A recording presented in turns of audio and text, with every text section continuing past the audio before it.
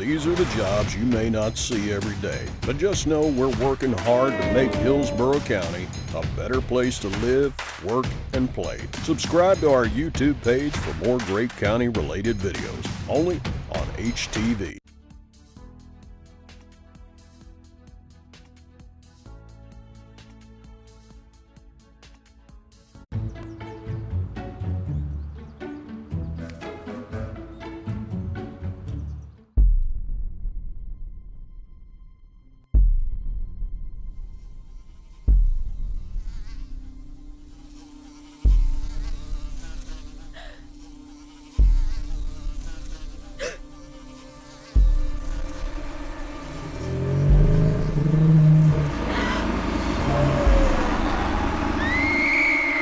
Don't let mosquitoes ruin your day. Fight the bite by removing standing water on your property. Standing water of any kind is a breeding ground for mosquitoes.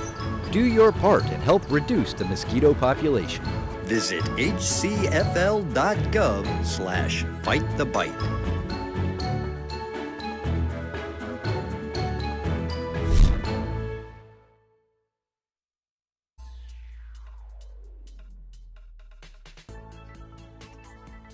Flossing in the morning is a really great way to keep your teeth healthy and start the day. But when you're through, here's what you do.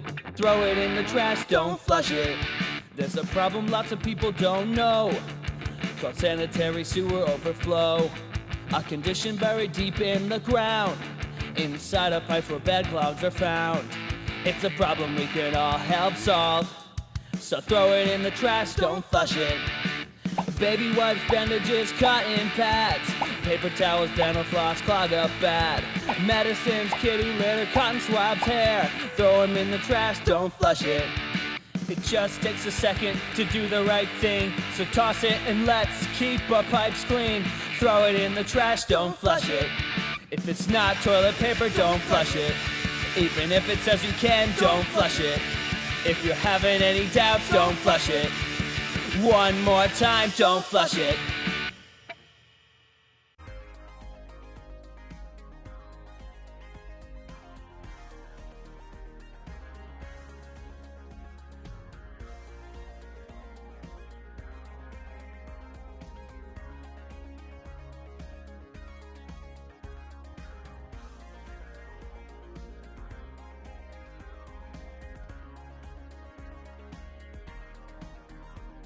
Hey everyone, did you know you could watch today's meeting live and on your smart device?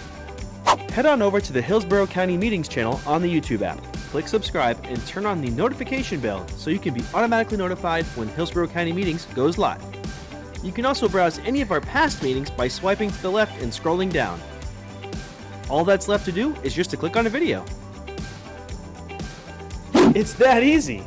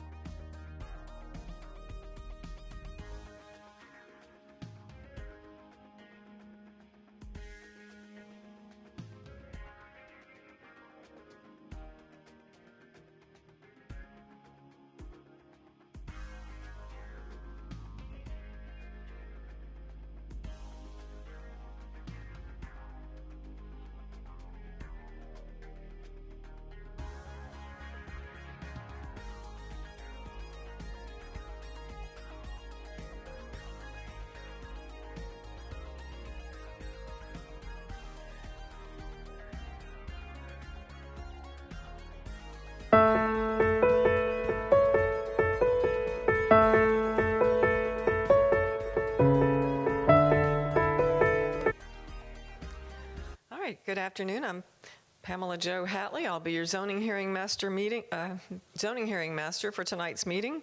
And this is the May 14th, 2024 zoning hearing master meeting. All right, before we get started, if you're able, please stand for the Pledge of Allegiance.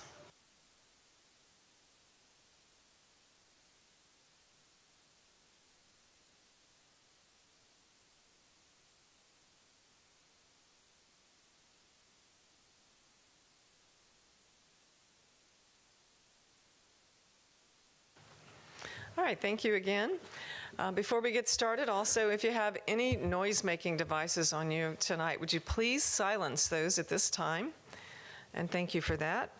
And I'll introduce Ms. Michelle Heinrich of the Hillsborough County Development Services Department to introduce staff and any agenda changes, withdrawals, and continuances. Hi, good evening. Michelle Heinrich, Development Services. To my left with the County Attorney's Office, we have Mary Dorman. And to her left with the Planning Commission staff, we have Melissa Leinhardt. And I'll go ahead and go over the published withdrawals and continuances. The first item is item A1, Major Mod 23-0904. This application is being continued by the applicant to the June 17th, 2024 ZHM hearing. Item A2, PD 23-0918. This application is being withdrawn by the zoning administrator in accordance with LDC Section 10.3.02.C.2. Item A3, Major Mod 24-0034. This application is out of order to be heard and is being continued to the June 17th, 2024 ZHM hearing.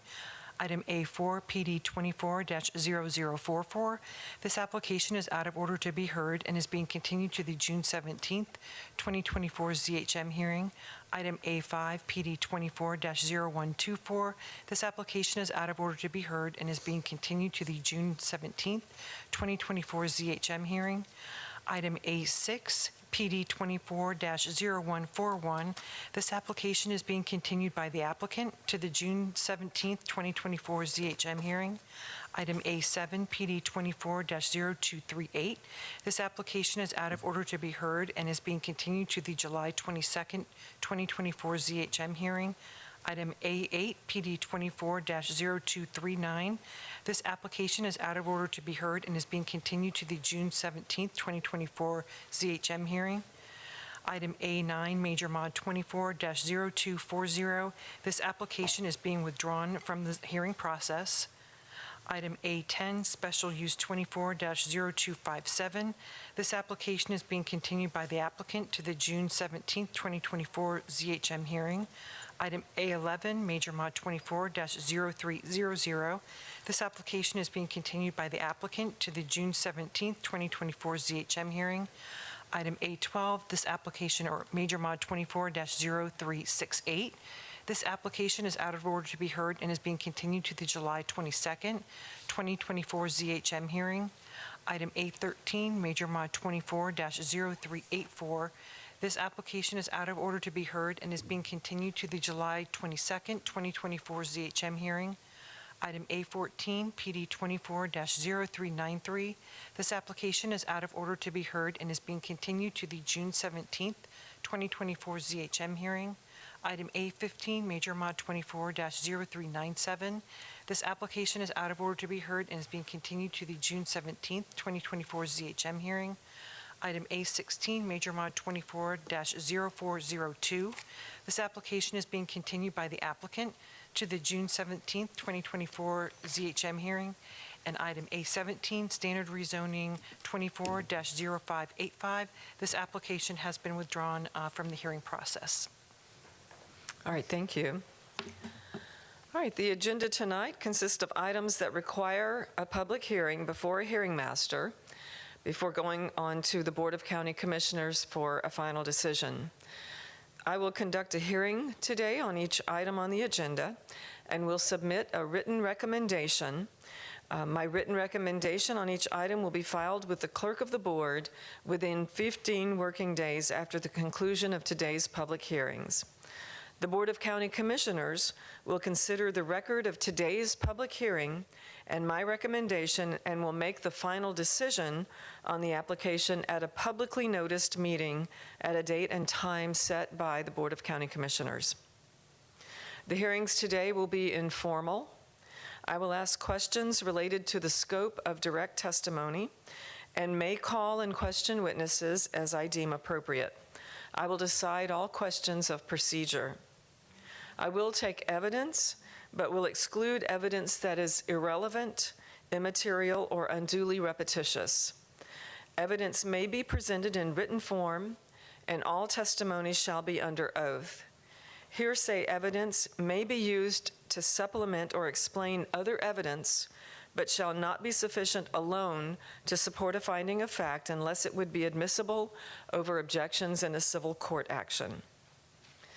The order of presentation today will be as follows. First, county staff will introduce each item. The applicant and the applicant's witnesses will have 15 minutes to present the proposal. County Development Services will have 5 minutes to present its findings and recommendations. The Planning Commission will have 5 minutes to present its finding of compliance or non-compliance with the comprehensive plan. Proponents will have 15 minutes to present arguments in support of the proposal. Opponents will have 15 minutes to present arguments against the proposal. And county staff will have 5 minutes to present any amended recommendations. Then the applicant will have 5 minutes for rebuttal and summation. The 15 minutes for proponents and opponents is the total time allotted among the speakers. So if there are a number of persons who wish to speak on an item, the 15 minutes will be distributed among the speakers. If there are a number of persons who wish to speak on an item, you may designate a single spokesperson to represent your views if you wish. When you come to the microphone today, please first state your name and address. The meeting is being recorded, so please speak into the microphone so your testimony can be heard and recorded. And when you're finished speaking, please see the clerk right here to my left to sign in for the record. Now we'll hear from the County Attorney's Office, who will state the legal requirements for requesting oral argument at the public hearing where the Board of County Commissioners will make a final decision on each item. Mary Dorman from the County Attorney's Office. Tonight's public hearing is the first step of a two-step rezoning process. This hearing is the time for rezoning applicants and interested parties to present evidence and testimony. Any evidence presented tonight will become part of the complete factual record for each application, and no additional evidence can be introduced after the closing of each application. The second step of the rezoning process is a public meeting before the Board of County Commissioners, where the board will take a decision on each application heard tonight. Tonight's applications are scheduled to be heard by the board at its July 9th, 2024 land use meeting, unless a different date is stated by staff. When considering applications, the board will only review the record created at tonight's hearing and the recommendation made by the hearing master for each application. The hearing master will file a recommendation for each application heard tonight on June 5th, 2024. The Board of County Commissioners has established a policy that directs which rezoning and major modification applications are to be placed on the consent agenda of the board's land use meeting.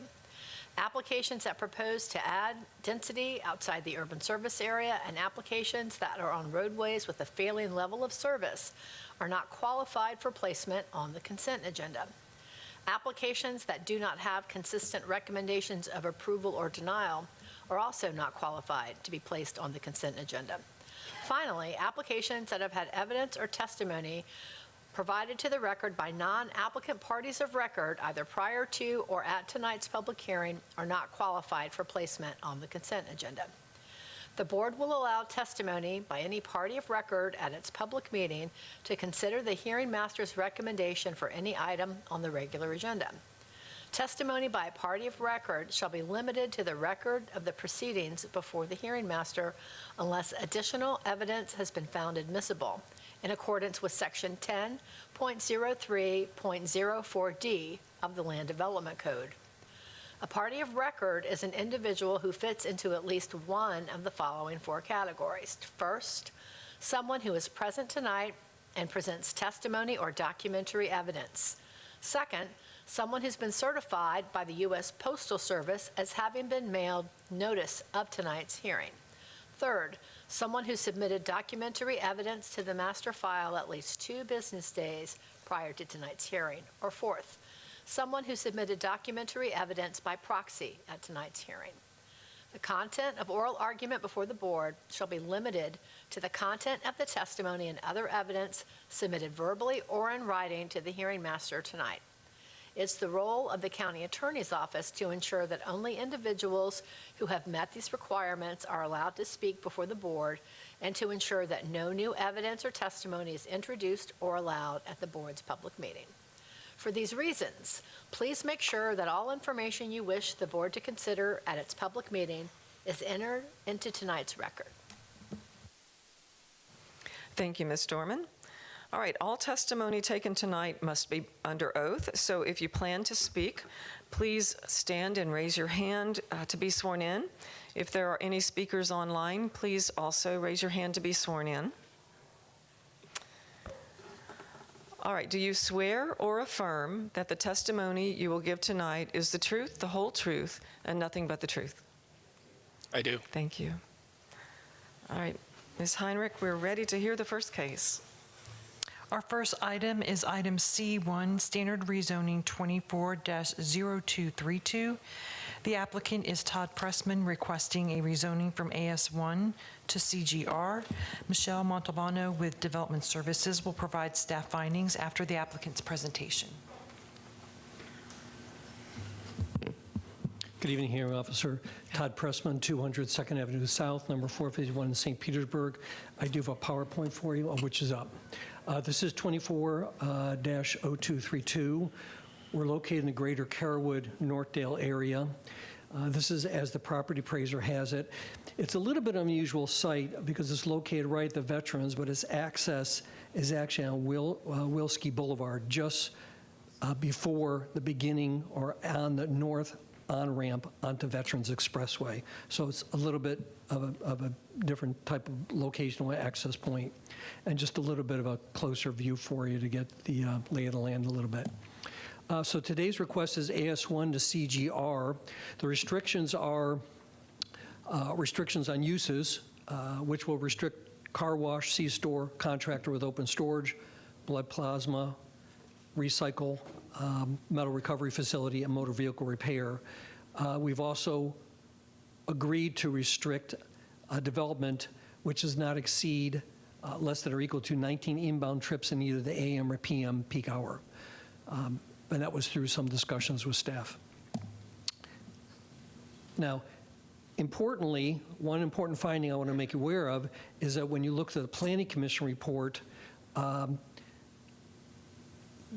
they make a comment that potential uses in CG, such as, for example, they state hospital, ambulatory services, wholesale distribution center, shopping centers are not compatible. I think it's important to note that the trip restriction certainly would impact that in a significant way and significant degree. So I would suggest that the Planning Commission report does not look or consider closely that second restriction.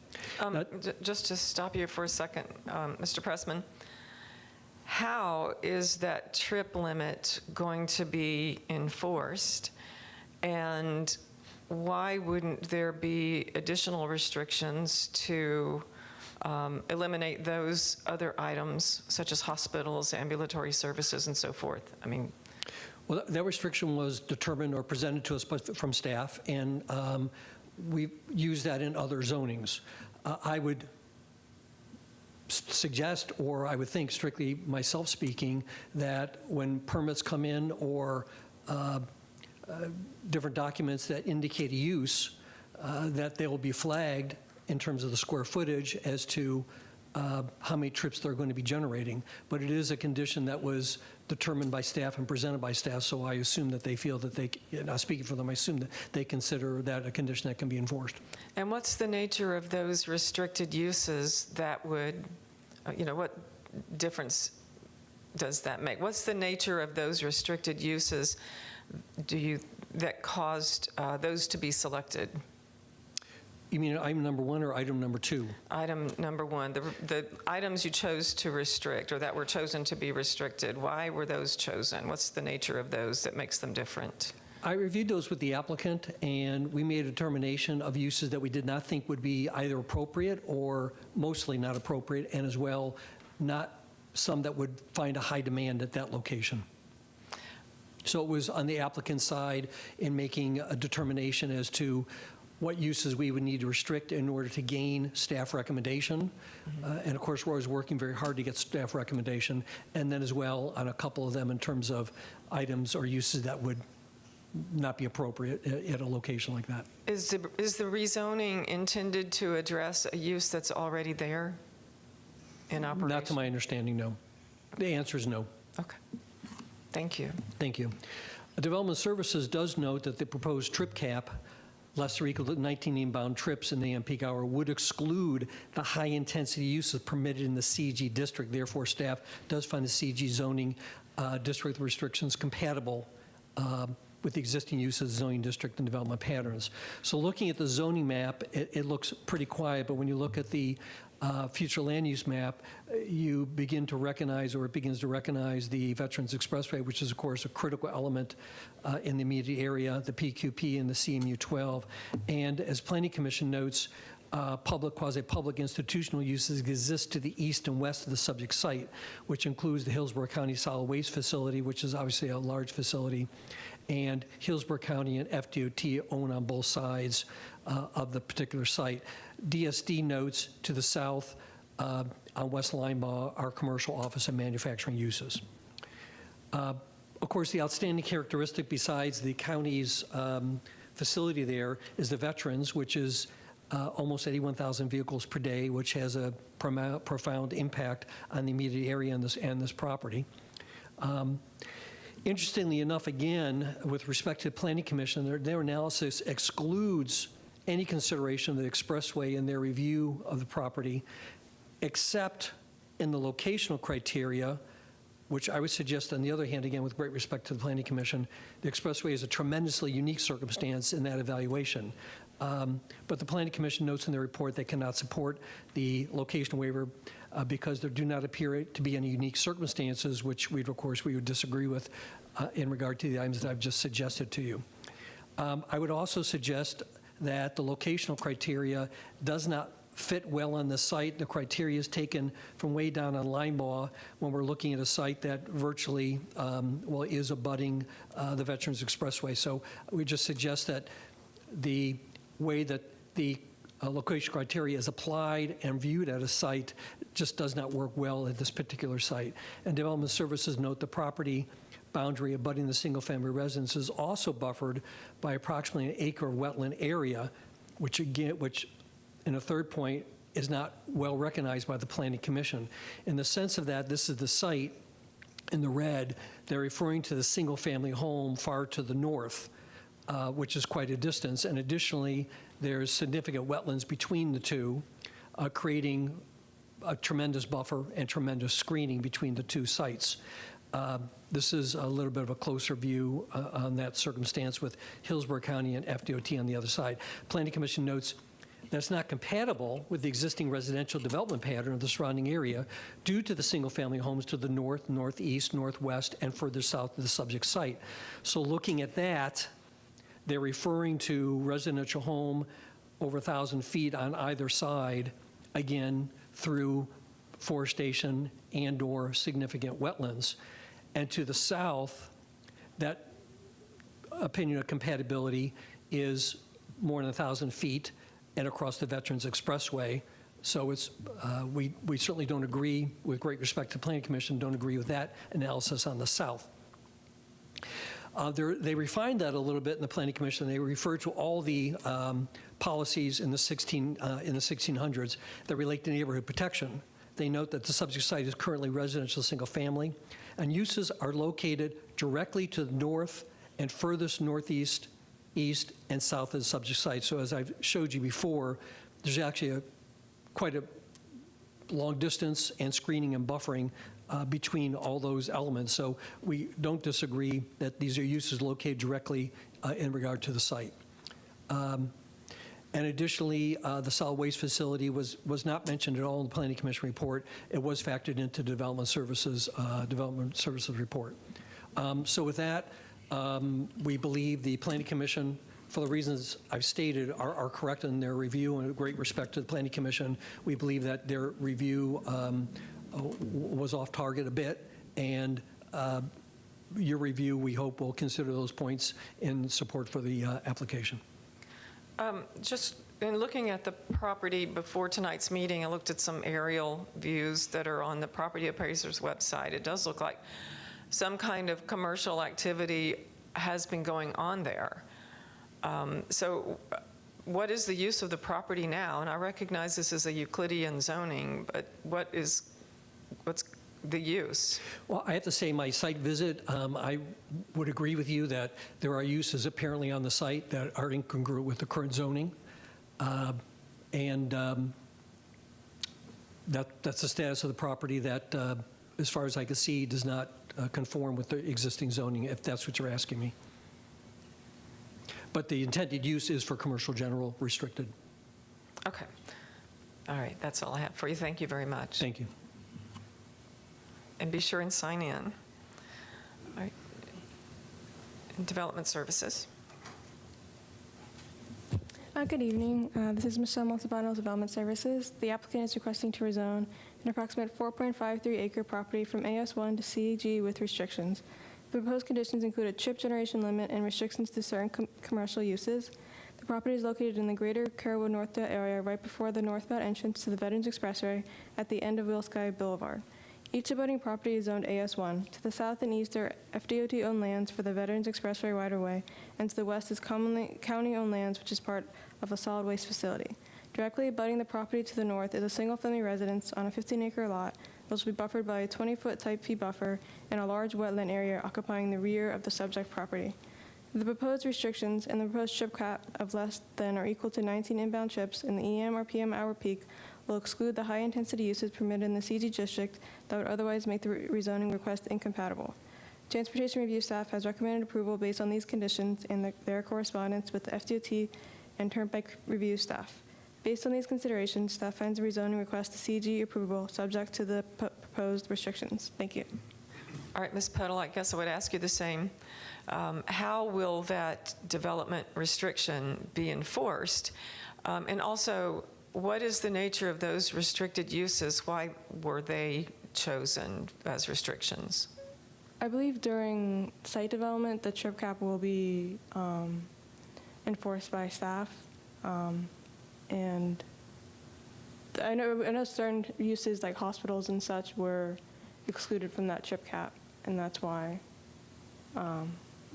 So they're not restricted uses because they would generate more trips. So the trip cap effectively eliminates those uses. Is that what you're Correct. saying? Okay, I understand. Thank you.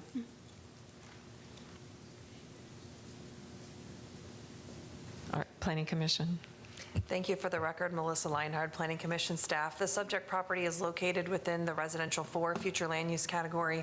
The site is in the urban service area, and it is also located within the limits of the greater Carrollwood Northdale community plan. The residential 4 future land use category surrounds the subject site to the north, south, and east. To the west is public/quasi-public. And further south, there is the community mixed use 12 future land use category, as well as light industrial. The residential 9 and suburban mixed use 6 future land use categories are further southeast. Though the applicant is restricting certain uses, other potential uses allowed in the commercial general zoning district category, such as hospital and ambulatory services, wholesale distribution centers, and shopping centers, are not compatible with the existing residential development pattern of the surrounding area due to the single-family homes to the north and further south of the subject property. In addition, regarding the inbound trip limits restriction, Planning Commission staff questions the enforceability of that restriction. When addressing compatibility concerns, use restrictions are a more straightforward and clearer way to address those concerns. Furthermore, Planning Commission staff is not party to the site development process and therefore must submit a consistency review finding based on the information submitted with this rezoning at this point in time. The proposed rezoning does not meet future land use element objective 16 and its accompanying policies that relate to neighborhood protection based on the surrounding residential development pattern. A rezoning to commercial general restricted would introduce a development pattern that does not match the character of the surrounding area. In addition, with a standard rezoning, a site plan is not required, and therefore it is difficult to evaluate site and building design and placement and potential mitigation measures with the proposed use in this location. The subject site does not meet commercial locational criteria. A site in the residential 4 future land use category must be within 900 feet of a qualifying intersection. The closest qualifying intersection to the subject site is Wilski Boulevard, a 2-lane roadway, and West Linebaugh Avenue, a 4-lane roadway. The distance from the subject site and the qualifying intersection is roughly 2,440 feet away. Therefore, the site does not meet this criteria. A request to waive the criteria has been submitted per policy 22.8. Planning Commission staff cannot support the waiver request because there are not any unique circumstances that would warrant the support of that waiver. In addition, the proposed rezoning is not consistent with the character of the area and is not located at a major intersection where more intense uses are expected per future land use element policy 22.5. A strategy of Goal 1 of the Greater Carrollwood Northdale Community Plan states to discourage any new development of strip commercial in our community, and that mixed-use development and redevelopment shall be focused at identified community activity centers or intersections that comply with locational criteria. Due to the subject site not meeting locational criteria, the zoning request does not align with the vision of the community plan. And based upon those considerations, Planning Commission staff finds the proposed rezoning inconsistent with the unincorporated Hillsborough County Comprehensive Plan. Thank you. All right, just a question also about the locational criteria. Is it significant that the Veterans Expressway is just almost abutting the property? That's a great question. Thank you for asking. The Veterans Expressway is a limited access highway, and therefore this site has no interaction with that highway directly. So we would measure from the nearest qualifying intersection, which is the one that I mentioned in my testimony. All right, thank you. All right, is there anyone here or online who wishes to speak in support of this application? All right, do not hear anyone. Is there anyone here or online who wishes to speak in opposition to this application? All right, do not hear anyone. All right, Development Services, anything further? No, ma'am. All right, thank you. Applicant, anything further? No, thank you. Appreciate your consideration. All right, thank you. This closes the hearing on rezoning standard 24-0232. Our next item is item C2, standard rezoning 24-0338. The applicant is Casey Lowe, requesting a rezoning from ASC1 to RSC6, restricted with mobile home overlay. Michelle Montalbano with Development Services will provide staff findings after the applicant's presentation. Thank you. Good evening, Robert Martin, representing Casey R. Lowe for 1117 Oak Drive. So currently in 2010, Casey's father applied for a medical hardship to put a mobile home on the property, which was currently ASA1 zoning. At the time, it was recommended that they rezone the property to AS1, which would allow mobile homes. Now, as time passed, the medical hardship went away. Casey kept the trailer on the property. We jump up to 2021. The neighbor down the street made a complaint. Code enforcement came out. I'm sorry, it's 2022. Code enforcement came out and got involved. Decided to cite him for improper use of zone. In March of 2023, I currently work for code enforcement. I was the officer that took him to the hearing. At the time, I recommended that he contact Development Services and do a request to rezone the property. Now, after multiple applications back and forth, we came to the determination that we want to rezone the property from ASC1 to RSC6 with a mobile home overlay, from allow him to keep the mobile home on the property for his current son and his daughter-in-law, who's currently pregnant and getting ready to have a child. So it's a simple request, ASC1 to RSC6, mobile home overlay, so that the mobile home can stay there. Casey has no intentions of adding any more mobile homes to the property. It's just simply to benefit his son and his daughter-in-law to have a better life. Okay, and it's my understanding then there will be a restriction to that effect that, so this mobile home is an accessory dwelling on this Correct. property. And it's less than 900 square feet at the time, currently. All right, and no others will be added, just No, this one? ma'am. Okay. He may decide to upgrade this one to more square footage, but he will stay within the 900 square feet, just to give them more living space for the child. Okay. All right. I believe that's all the questions I have for you then. Okay? Be sure and sign in for the clerk here. Thank you.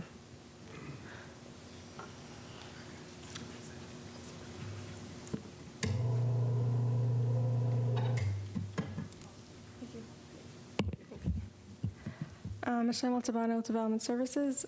This applicant is requesting to rezone an approximate 1.43 acre property in the Brandon area from ASC1 to RSC6 with a mobile home overlay and restrictions.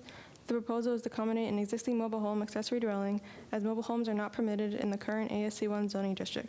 The applicant is proposing conditions which restrict development to one conventional single-family dwelling and one mobile home accessory dwelling with compliance with the Land Development Code's accessory dwelling requirements. The proposed restriction is to ensure the rezoning will not permit any development other than what is existing on the property. The mobile home accessory dwelling was permitted as a temporary mobile home for medical hardship in 2010. However, the dwelling is no longer used to accommodate a medical hardship. The proposed RSC6 mobile home zoning district will put the property in compliance as it permits the mobile home use and fits the existing accessory dwelling within the zoning district's minimum 25-foot required rear setback. The properties directly abutting the subject site are largely ASC1 zoned properties occupied by single-family dwellings. Abutting the subject property to the south is a church and cemetery zoned ASC1. Further east of the property are two properties zoned RSC6 along Providence Road. The proposed RSC6 mobile home district, subject to the proposed restrictions, will put the existing uses in compliance and is compatible with the surrounding area. Therefore, staff recommends approval of this request. Thank you. All right, thank you. Planning Commission? Thank you. The subject property is located in the residential 6 future land use category. The site is in the urban service area, and it is also located within the limits of the Brandon Community Plan. Objective 1 of the future land use element directs 80% of the county's future growth into the urban service area. Policy 1.4 requires that all new developments be compatible with the surrounding area, noting that compatibility does not mean the same as. Rather, it refers to the sensitivity of development proposals in maintaining the character of existing development. The proposed RSC6 mobile home overlay zoning district in the residential 6 future land use category is compatible with the existing character of development and development that's expected in this future land use category. The proposed rezoning meets the intent of Objective 16 of the future land use element and its associated policies relating to neighborhood protection. The proposed zoning district would allow for residential development that is reflective of the surrounding neighborhoods. The proposed rezoning also meets the intent of the Brandon Community Plan. The property is split between the urban general and the suburban character districts. The urban general character district is intended for a mix of uses, including a variety of housing types. The suburban character district is primarily residential with lot sizes of 0.25 acres or less. It also allows for a variety of housing types. The mobile home overlay will allow for a variety of housing types, which is consistent with this vision. And based upon those considerations, Planning Commission staff finds the proposed rezoning consistent with the unincorporated Hillsborough County Comprehensive Plan. Thank you. All right, thank you. All right, is there anyone here or online who wishes to speak in support of this application? Not hearing anyone. Is there anyone here or online who wishes to speak in opposition to this application? Here online. All right, we have someone online. go ahead and please be sure you're speaking up loudly so we can hear you. Okay. My name is Dina Butts, and I am a neighbor at 11306 J and B Drive. Oak Drive, this neighborhood is a single road neighborhood. That is, Oak Drive dead ends into my private dirt drive, which was named J and B for emergency purposes. I do represent my Oak Drive and J and B Drive neighbors. When I speak of this, there's 30 houses in this neighborhood characterized by one house per acre and no mobile or manufactured homes outside of one remaining from decades ago, which was grandfathered in. I did submit evidence, but it really was just about what has already been presented in regards to the exception that was made historically for the medical hardship. That was to be renewed every 2 years, and then, of course, the mobile home was to be removed when the need was gone.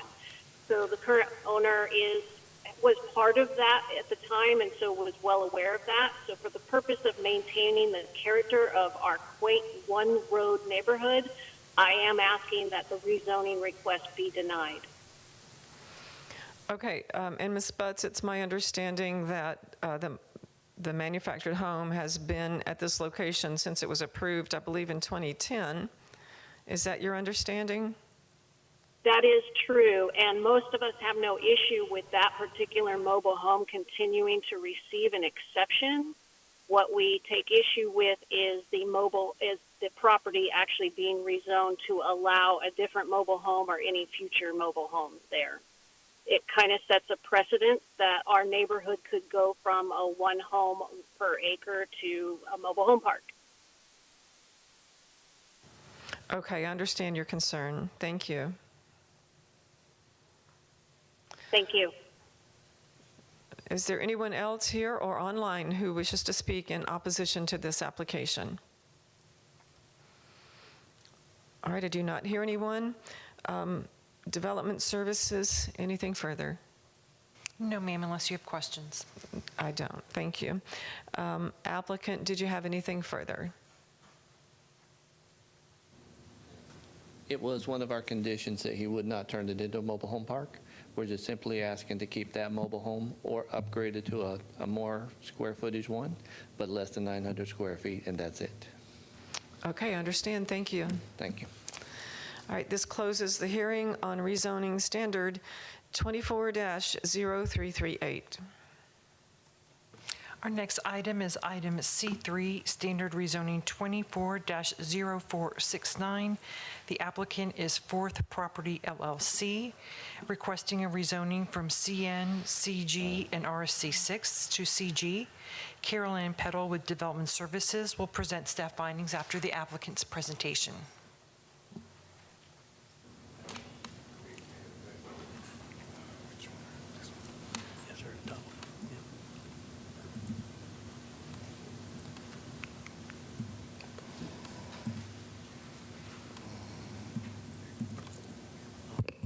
Thank you.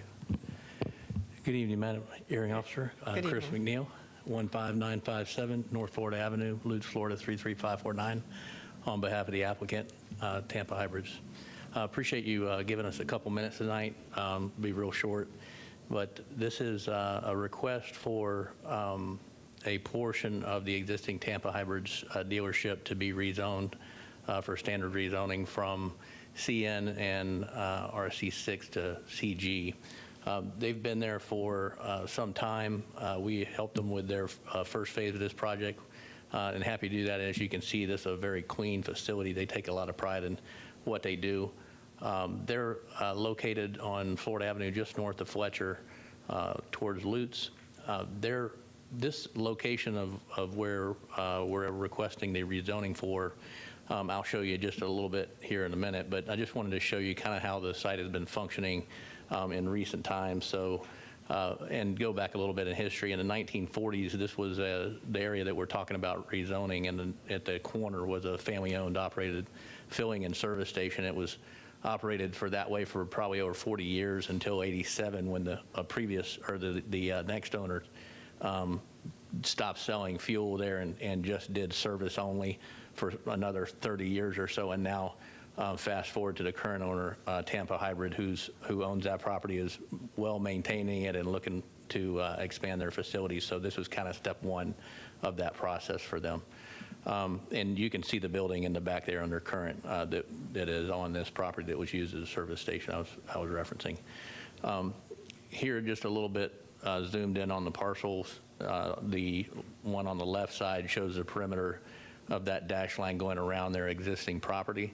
It's 2.16 acres, and you can see it's a mix of CN, CG, and RSC6 there. I want to point out here, while we're here, the adjacent properties. So the RSC6 to the east is really a DOT-owned property. It's a large stormwater reservoir. It's completely developed. As far as they're concerned, there's nothing there from a residential standpoint. To the north is retail and commercial, and then across the street to the west and to the south are also CG uses. So this is almost kind of like a remnant piece we see, is just kind of cleaning up a little bit for the area and just kind of making something that since this has had CG use on it for such a long time, just kind of making the record cleaner. On the right side there, you'll see the limits of the request, which is the portion of CN and RSC6 that we're talking about. With that, I would like to close. Is there any questions? Would be happy to answer them, but that's all we have for you. How did you manage to get that great shot with that double rainbow? Well, that actually is Tampa Hybrid's photo. That's very nice. Yeah. Well, they really, you know, he's probably one of the few guys in town that work on hybrids. It's a very clean operation. He loves hybrids, and that's really what he's about. So he's a great person to have in town. All right, thank you. I have no questions for you about the rezoning. Thank you. All right, Development Services. Good evening. Carolyn Peddle, Development Services, Standard Rezoning 24-0469. The applicant requests to rezone Folio 18193 and a portion of Folio 18194 to CG. Folio 18193 is split zone CN and RSC6, while Folio 18194 is split zone CG and RSC6. Only the area zoned RSC6 within Folio 18194 is proposed for rezoning. The subject properties have a future land use designation of OC20 with surrounding categories to include OC20 and R12. The subject parcels are located along the eastern side of North Florida Avenue in an area zoned for commercial uses at various intensities. The parcels to the west are a mixture of retail and residential uses, and the parcel adjacent to the east is an FDOT stormwater area, which is considered a Group 5 commercial use. The properties located north and south of the subject parcels along North Florida Avenue have a mixture of retail and automotive uses. Based on the above consideration, staff finds the proposed CG zoning district compatible with the existing zoning districts and development patterns in the area. Approval of the rezoning does not approve non-conforming structures or appearances of variances. Therefore, staff finds the request approvable. That concludes my report. All right, and I probably should have asked the applicant this, but I understand it's an existing use, and so is the rezoning, is it subject to a code enforcement action or something, or is it? I don't believe so. Okay. Just when we were looking at the rezonings, there's one structure that doesn't meet the setbacks for CG. All right, thank you. Thank you. Planning Commission, please. Thank you.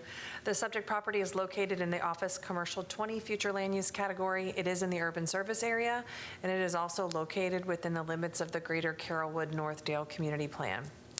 The OC20 Future Land Use category extends east and west along North Florida Avenue, splitting the area. To the east is Residential 12, and to the west is Residential 4.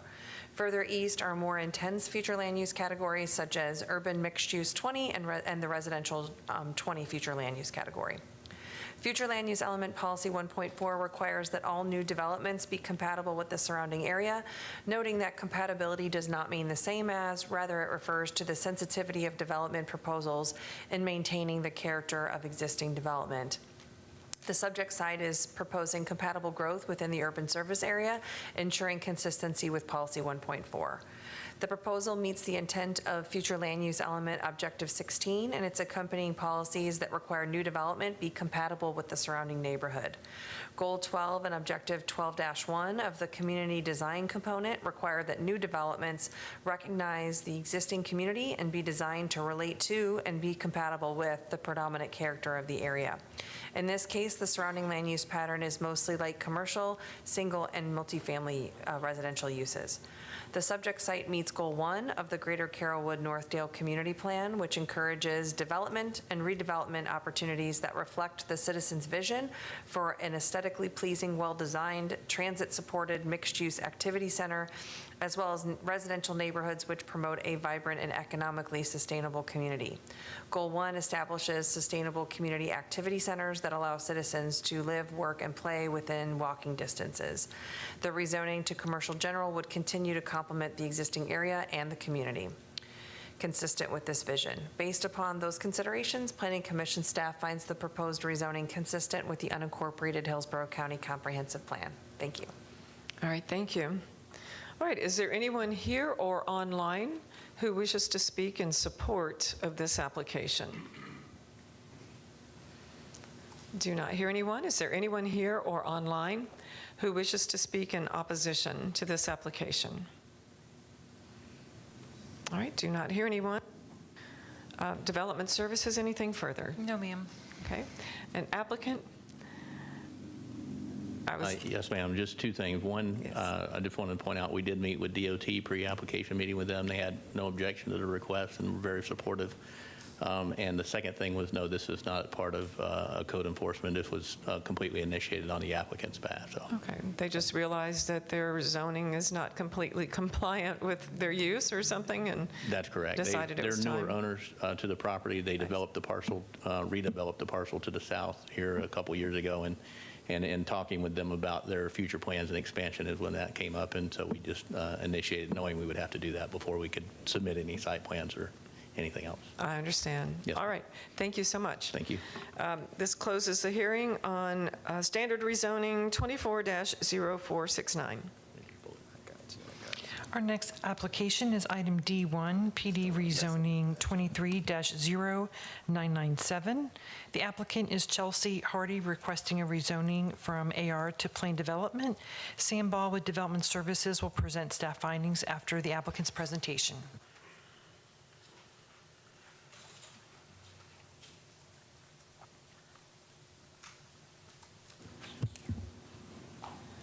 Rebecca Kurt, Brooks and Rocha, 400 North Tampa Street, Suite 1900. I'm here today on this application. Thank you. Here with me we have, I'm representing Lennar Homes, and we have Drew Irick with us.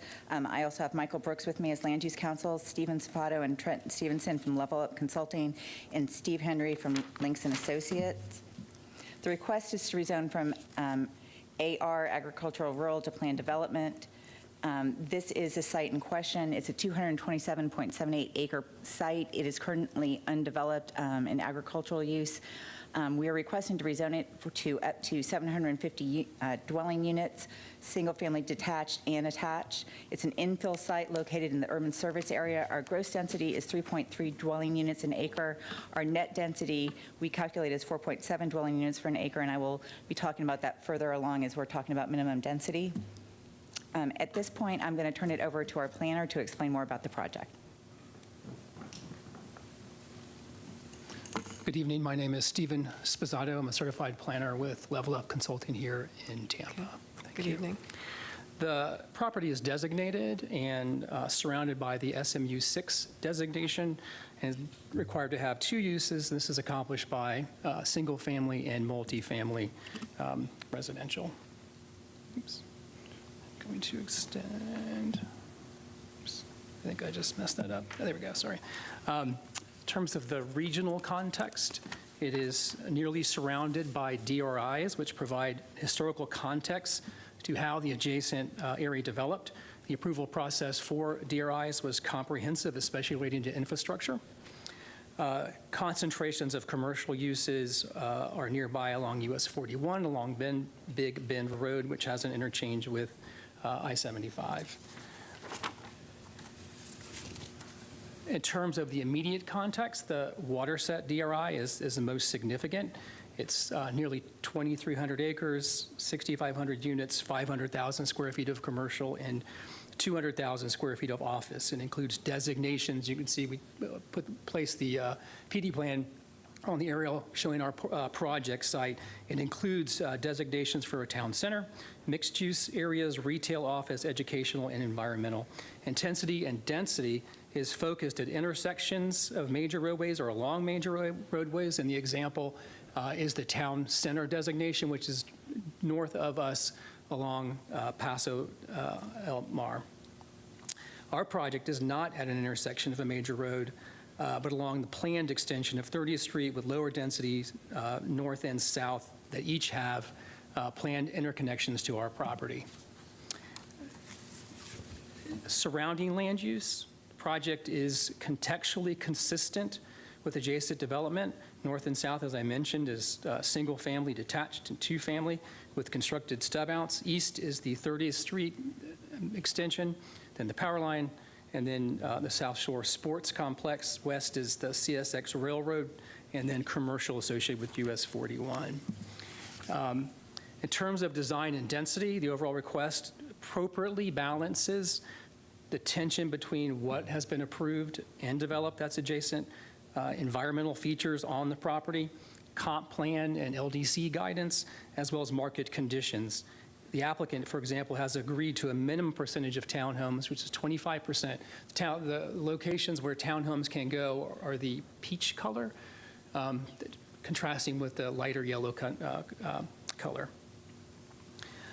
There are no impacts to wetlands. They're the dark green features, and based on the county model, there is significant floodplain on the property, and the dark blue ponds along the western boundary are for floodplain compensation. A small portion of the site is overlain by the coastal high hazard area. We have 2 access points on 30th and 2 interconnections, as I mentioned, and the conditions of approval include architectural standards for lots less than 50 feet in width. We, just to show the character of the community, we did an illustration of the main amenity located right near the center. That's the pink area near the center, in the center of the property. And we're also, sorry. Can I stop you just a second? Sure. Because you mentioned part of the property is in the coastal high hazard area. Yes. Where is that at on the property? The coastal high hazard area, it overlaps the wetland that is adjacent to our western boundary. Okay. So it sort of conforms to that area. It does not extend into the property beyond where we're showing the development. All right, so that's, looks like about a quarter of the property on the west.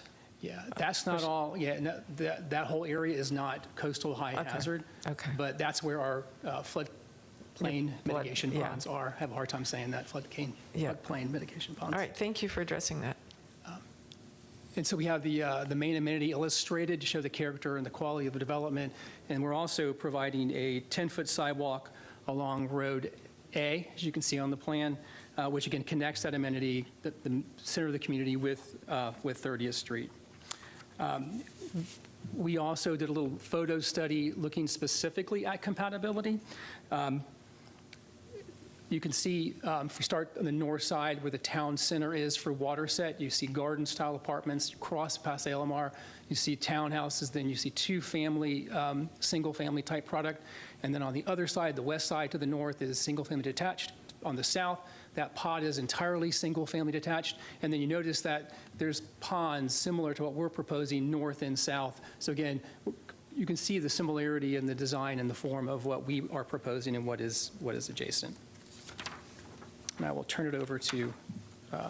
Before you do, yes.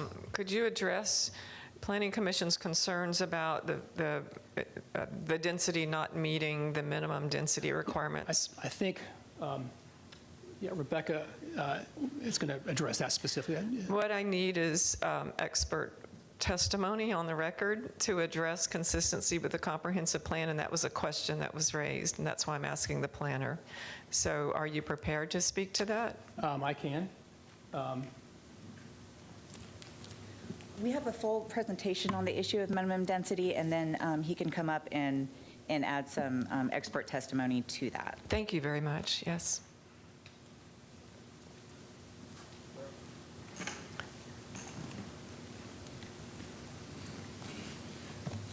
Good evening. Steve Henry, Links & Associates, 5023 West Laurel.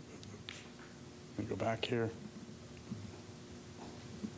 So one, as far as we did the traffic analysis for the project, but as far as the access, the primary access is indicated as 30th Street, which is on the corridor preservation. It's 110 feet of right-of-way. It's actually be designed as a 4-lane road, constructed as 2 lanes. And then we'll build it in 2 phases. There's the north portion of it that will be constructed, and then also the south. In addition to that, there are 2 accesses, one to the north, which is Milestone, and then one interconnection to the south, which is Bolito Road. This particular project has no substandard road connections. There is traffic calming that will be provided within the project to keep traffic from north-south from cutting through. And then also, I've got here, this is just the trip generation for the project, which is in the packet, which is also part of our traffic analysis. I'd love to go through that if you'd like to, but otherwise, for time, we'll just leave it in the package. That's fine. Thank you. Thank you. Thank you, Rebecca Curtigan. I'm going to be giving the main presentation on the minimum density issue. We do have our planner here, as well as our engineer, to address the specifics from an expert standpoint. So as you know, the minimum density is required in the urban service area to have 75% of the allowable density. In this situation, that would be 4.5 dwelling units an acre. We are at 3.3 dwelling units an acre. Policy 1.3 spells out a number of categories of which we fall into. One is a compatibility, which Stephen has already spoken to, but if you would like additional testimony on that, he can address that further. But it is comparable and does it adversely impact the existing development pattern within 1,000 feet? The other one is infrastructure is not planned or programmed to support development, and development would have an adverse impact on environmental features on the site. We are also within the coastal high hazard area, which is an exception, but we are not solely relying upon that because that is mostly subsumed within our wetland area.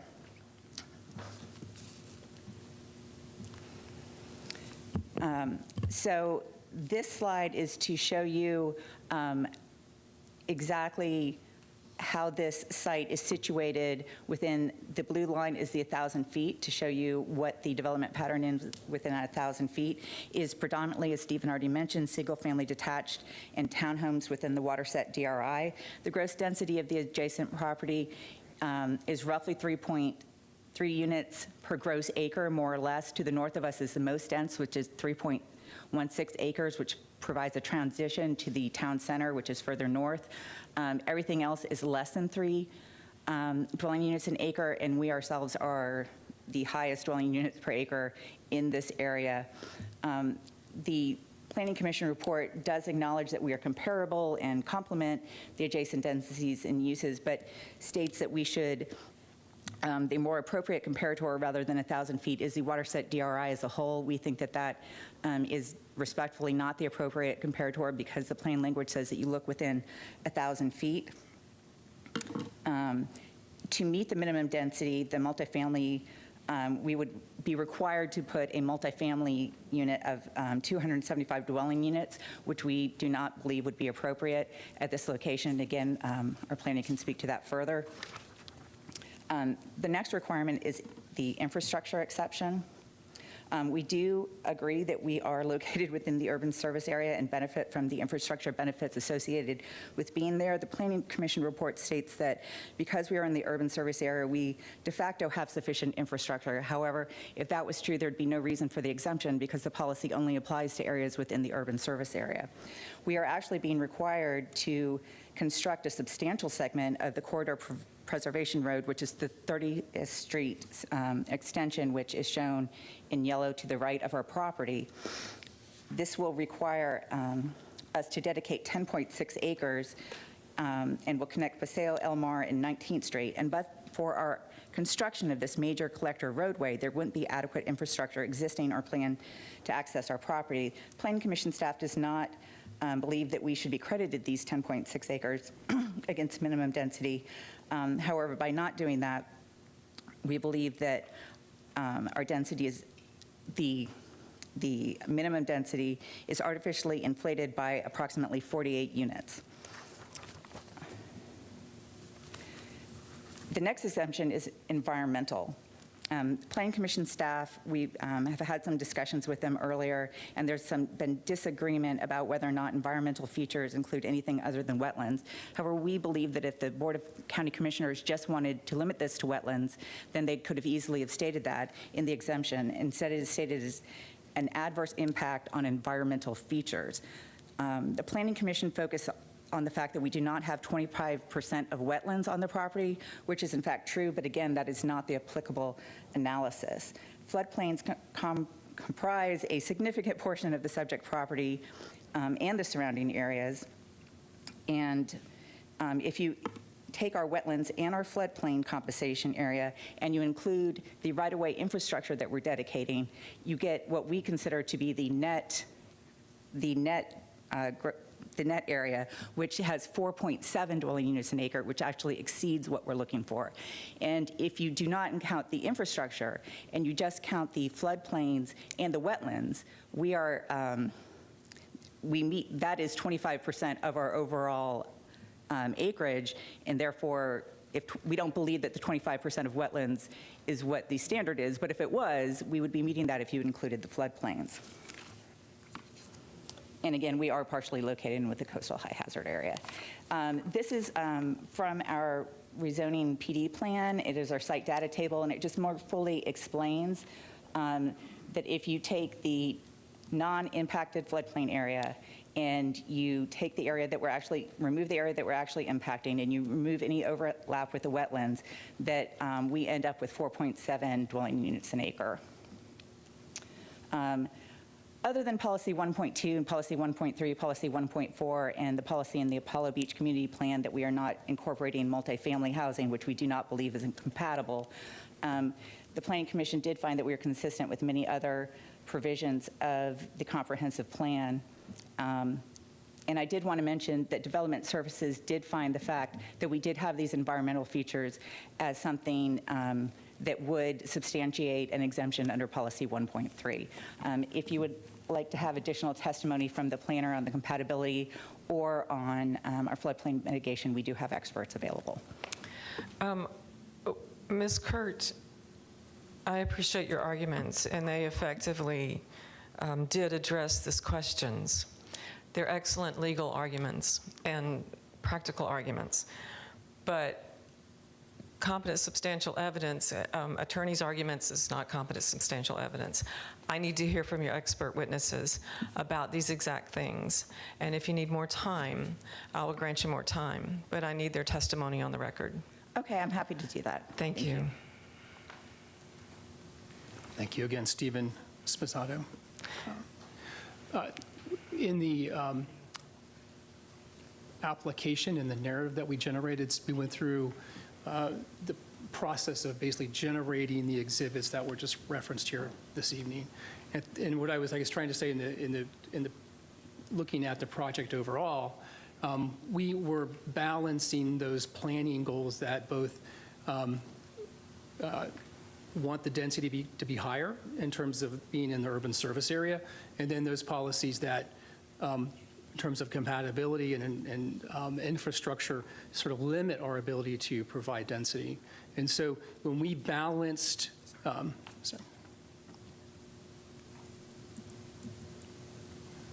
so that same exhibit is in our narrative that we prepared, but in going through the analysis, we believe we hit that sort of the sweet spot of providing substantial density, and I indicated the having a minimum percentage of townhomes, for example, and then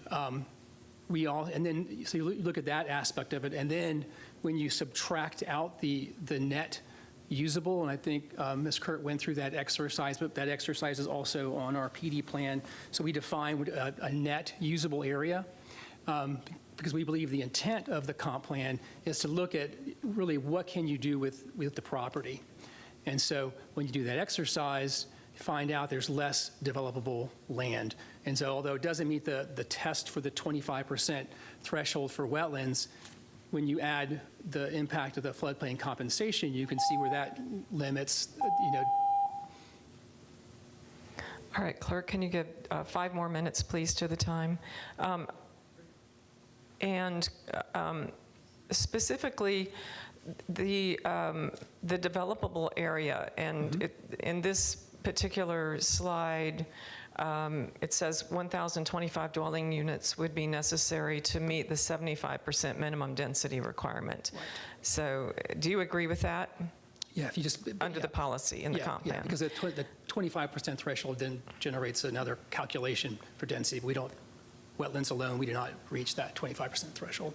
So, and then taking out the portion of the property that's undevelopable because of the environmental conditions on site, and I understand some, I believe, set aside for right-of-way maybe or something. Yeah, the dedication of, for right-of-way necessary to extend 30th Street, yes. So that leaves 158.23 acres, is that right? That's correct. And so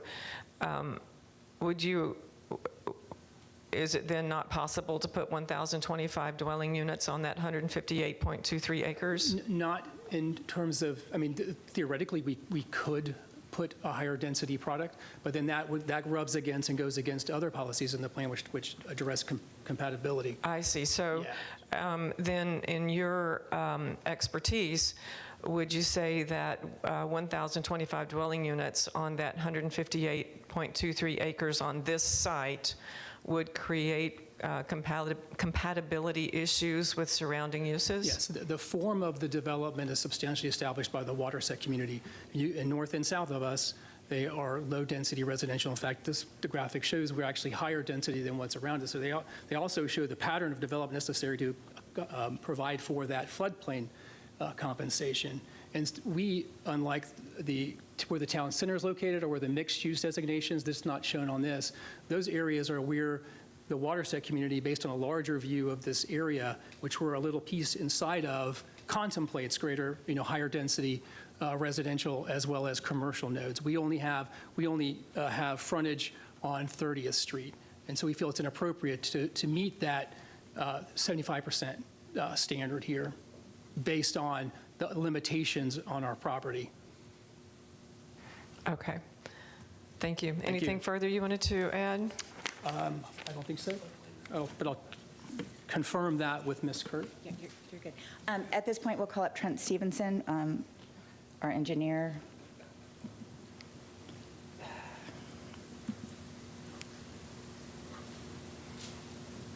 Is it still up? Here, you can start. Where are we going? Excuse me, guys. I just want to pull this back on. Can we stop the clock just for a minute while we get the slides? Thank you.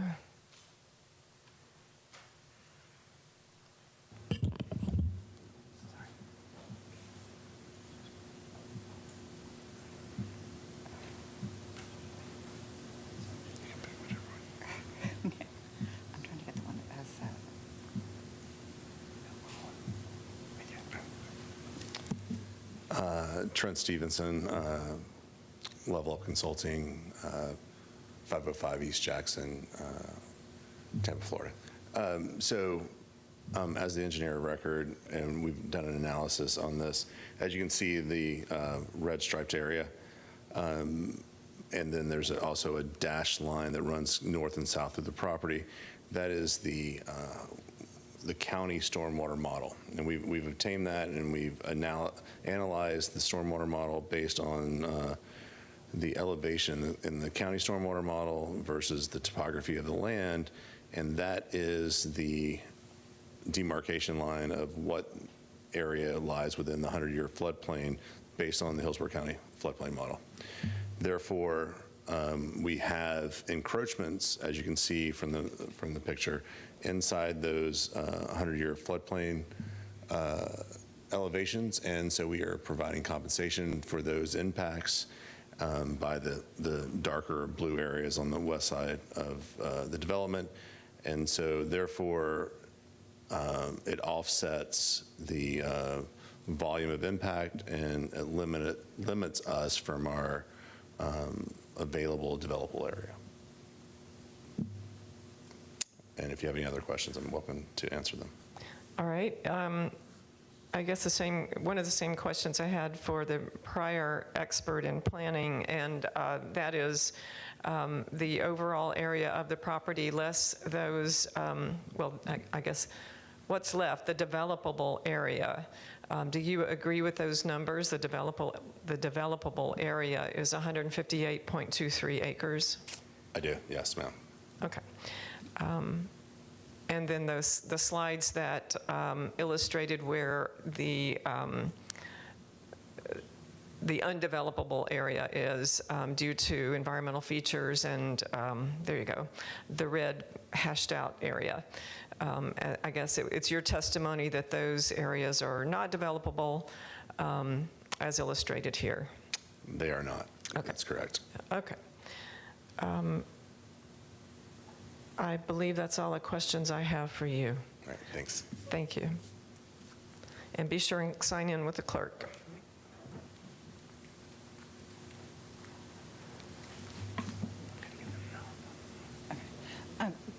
We also are submitting our planner CV as well as a legal memorandum, just basically explaining with some case law our minimum density argument. The one more point on that I did want to make, that we are at 74% density. You have the numbers to do the calculations yourself. If you just include the wetlands and the floodplains, even without the additional of the infrastructure argument. Finally, we have no objections by any of the reviewing agencies.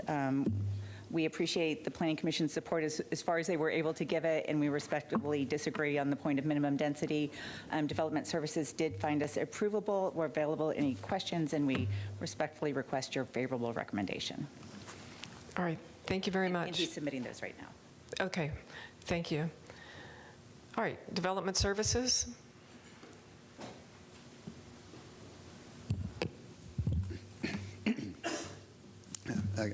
Good evening, Sam Ball of Hillsborough County Development Services. The applicant is requesting to rezone from AR to PD to allow for the development of up to 750 single-family attached and detached dwellings on 227.8 acres located in the Apollo Beach Community Planning Area. The property is located approximately a quarter-mile south of the Paseo Almar Boulevard and 500 feet north of Waterset Boulevard and 30th Street intersection. The surrounding zoning and development pattern in the immediate area includes single-family residential attached and detached with a limited amount of commercial development located along US 41 to the west. The properties to the immediate north and south are zone PD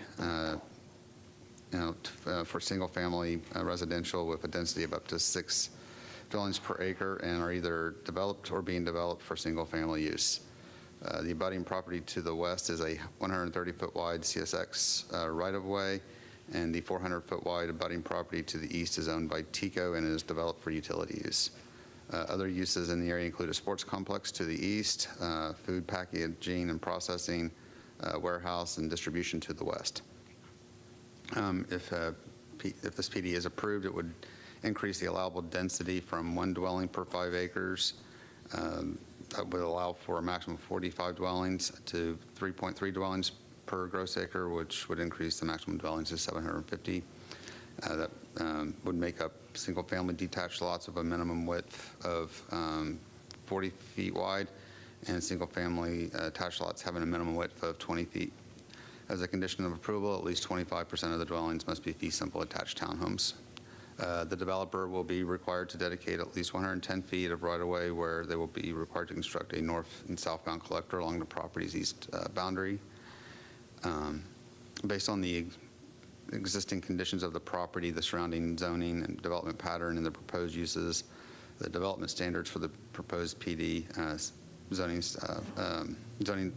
staff finds the proposed single-family detached and single-family attached uses are compatible with the residential developments to the immediate north and south of the property, which also consists of single-family detached and single-family attached developments. Staff also finds that approximately 55 acres on the western portion of the property are constrained due to the locations and the existence of wetlands, floodplains, coastal high hazard area, and that these constraints are a contributing factor to the proposed density. Additionally, staff finds that although multifamily development exists in the area and multifamily could be considered a compatible use of the property, the existence of multifamily does not preclude single-family detached or single-family attached as compatible uses of the property. Based on these considerations, staff finds the request approvable subject to conditions. That concludes my presentation. If you have any questions. No questions for you. Thank you. Thank you. All right, Planning Commission. Thank you. The subject property is located in the suburban mixed-use 6 future land use category. It is in the urban service area, and the subject property is located within the limits of the Apollo Beach Community Plan as well as the South Shore Area-Wide Systems Plan.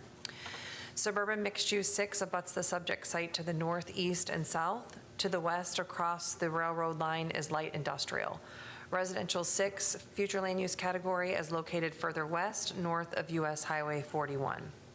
The subject site is in the urban service area, and per Objective 1 of the future land use element, 80% of the county's growth is to be directed there. Per policy 13.3 of the future land use element, the site is less than 25% wetlands, and the entire 227.78 acres can be utilized to calculate density. The maximum that can be considered is 1,366 dwelling units. 75% of the allowable density would be at least 1,025 dwelling units to meet the required minimum density as outlined under future land use element policy 1.2. The proposed 750 units do not meet this criteria for an exception under policy 1.3 for the following reasons. Regarding the first exception, development of at least 75% of the category or greater would be compatible and would not adversely impact the existing development pattern within 1,000-foot radius of the proposed development. There are single-family developments immediately to the north and south of the site. However, there is a presence of not only single-family but also two-family attached townhome-style developments. Furthermore, there are multifamily and commercial developments to the west and further north of Paseo El Mar Boulevard, which is the Waterset Town Center area. Compatible does not mean the same as, therefore a higher density residential development would not necessarily be incompatible. The applicant refers to gross densities in their narrative, averaging 1 to 3 dwelling units per gross acre. The narrative shows these densities as individual phases of the Waterset development. However, Waterset is a large development of regional impact, or DRI, which was permitted to spread its density over a much larger area. Therefore, showing each individual phase is not indicative of the holistic picture of a DRI, which includes multiple housing types, including multifamily and commercial uses. Secondly, as the site is in the urban service area, infrastructure is planned or programmed to support the development. Thirdly, the site is less than 25% wetlands. Although there are floodplains on the site, the applicant has not demonstrated that a higher density development would have an adverse impact on environmental features on the site or adjacent to the property. The burden is on the applicant to show the design meeting the minimum density would adversely impact these features. Finally, the site is partially located in the coastal high hazard area, but appears to overlap with the wetlands, making up a small portion of the site's acreage. Therefore, the proposal is inconsistent with future land use element policy 1.2 relating to minimum density in the urban service area. The county currently has low amounts of developable or redevelopable lands within the urban service area. Therefore, it is important to maximize the density in areas where it is appropriate according to future land use element objective 1.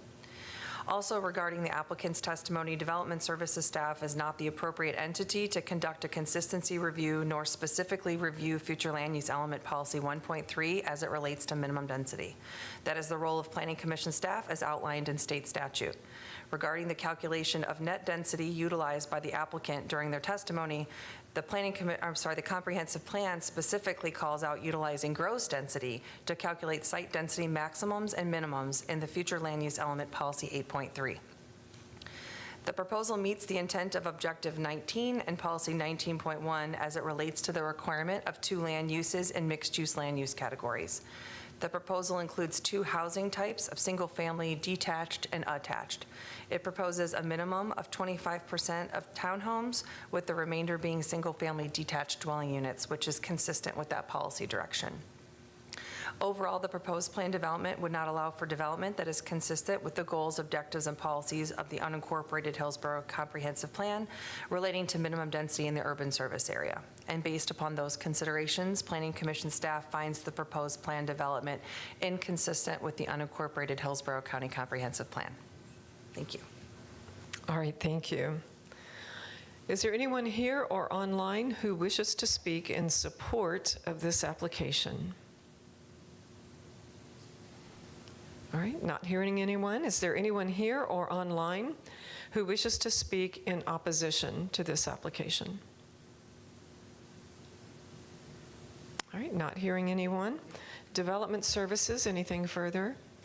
No, ma'am. Okay. Applicant, anything further? Ms. Kurt, did you have anything further, or you? Michael Brooks, for the record, 400 North Tampa Street. I think we've demonstrated that we satisfy policy 1.3. I want to clarify that our point is not that we are arguing for a calculation of density based on the net upland acres. We're simply using that to demonstrate the reality of the usable land that is available on the site.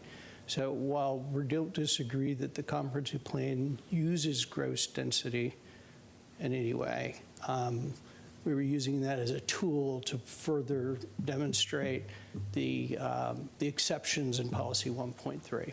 That's it.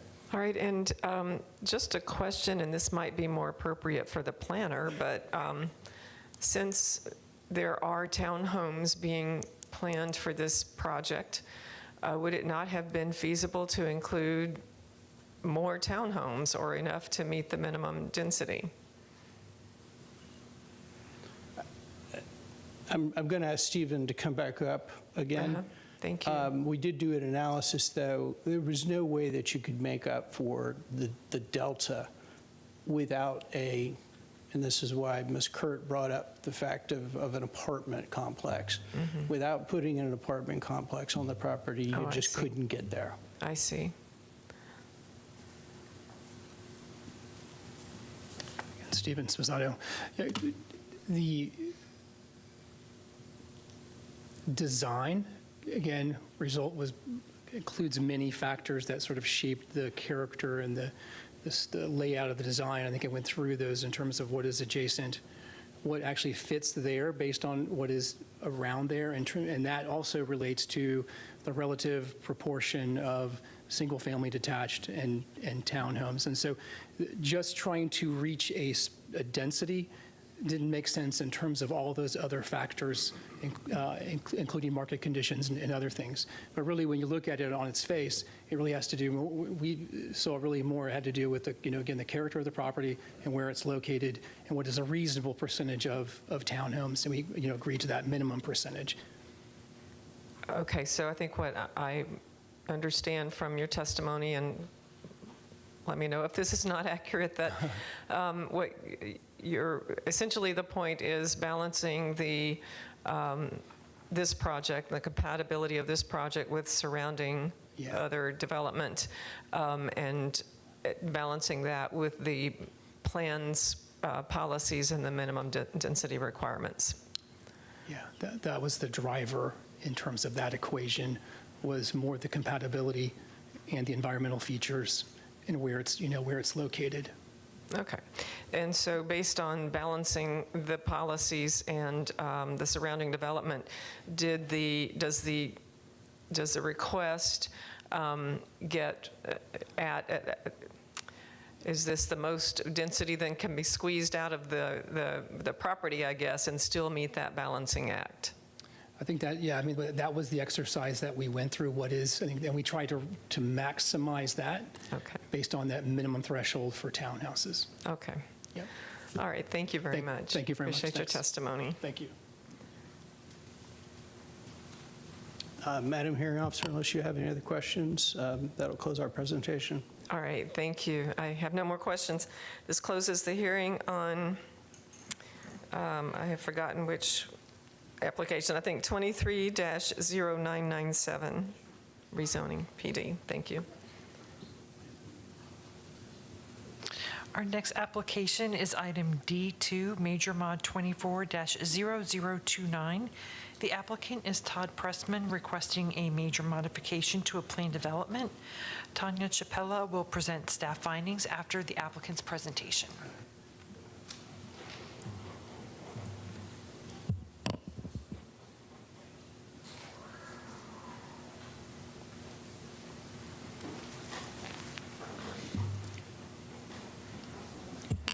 Good evening, hearing officer.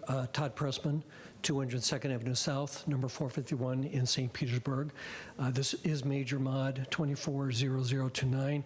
I have here this evening Mr. and Mrs. Murtha, who are the property owners. This is 0.24 acres in the East Lake Orient Park area. It's a very small site located very close to the intersection. This is a closer look as the property appraiser has it. And I wanted to show this right up front because this is a somewhat recent prior photo of the site that the Mathurs have been working with, which was quite a task, as you can see. Staff does go through a recent timeline, at least from 2019 to 2024, which contains some retail, and then that prior use. That use is no longer there. So the issue is a major modification of an older and unusual site. Okay, Yes. Mr. Pressman, I'm Yes. sorry. Just to be clear, the photograph you showed me with those car tires. Mountains of tires? Mountains of tires. Yes. That use is no longer there, is that correct? That is correct. Okay. Was that a different property owner? Yes, that was a different owner. Okay, thank you. So you can see the reason I put that up front. We wanted to see the hurdles that the Mathurs have been through. Now, we are just seeking one additional new use at the site, which is auto repair with one operating repair bay. The prior user evidently didn't have permits or didn't go through any regulatory permitting process of any kind that we can tell. So under the existing PD, this would be one new use. Now, this PD is a long time existing since 1963, or I'm sorry, the site has been a long time existing since 1963. Same footprint, there's no footprint changes, but per the Development Services, this is a very old PD that was just an official zoning map. And as I had a lot of discussions with Mr. Grady and Ms. Heimer trying to figure this out, as being an old zoning conformance PD, it only covered a large geographical area, so the PD was literally a copy of the zoning map of an entire area. So if projects have come in to modify the PD, they've only required them or us to provide a site plan for the parcel being modified. So this is the existing old PD by the red line. It's just a very large area, and the yellow spot is the very small spot that's under your review today and is owned by the Mathuros. So that is why we are here. That's the issue that we are here. This is the major modification plan, which is showing the existing proposed building, 1,762 square feet, for minor major motor vehicle repair uses. No change of the footprint of the building. They removed a structure, smaller structure in the back, and cleaned that up. And the vehicle repair would occur in this part of the structure, and we're proposing, which may have not been terribly verbalized or presented, a appropriate sized loading zone which would appear prior or in front of the vehicle repair, single vehicle repair. So on the site, this is the site now. You can see it's been cleaned up quite a bit. And this would be the single repair bay area. You can also see the site has had problems with homeless and people living there. So that would be the single repair bay, the folks that vehicles would be in. This is just another photo to show you for the cleanup. The Mathuros have put a entire new roof system on the small structure and cleaned up the building as well. And this is just another view of before the new roof was installed. So we are in the CMU 12 future land use category, which, as you know, is a very intensive category: light industrial, community retail, commercial. OC 20 is across the street. Per the PC staff report, typical uses are very intensive, meets locational criteria.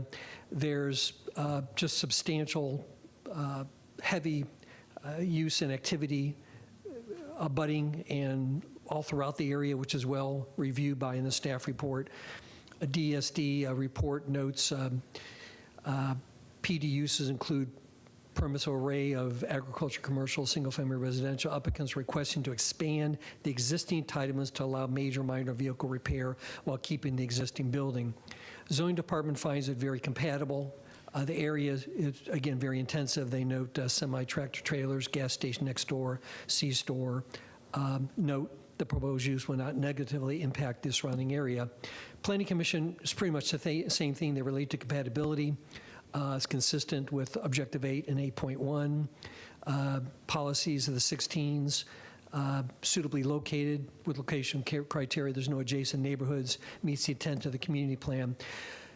But this is more or less a retrofit from 1963 because we're adding this new use. So as they made improvements, they cannot possibly fix everything up to the 2024 standards.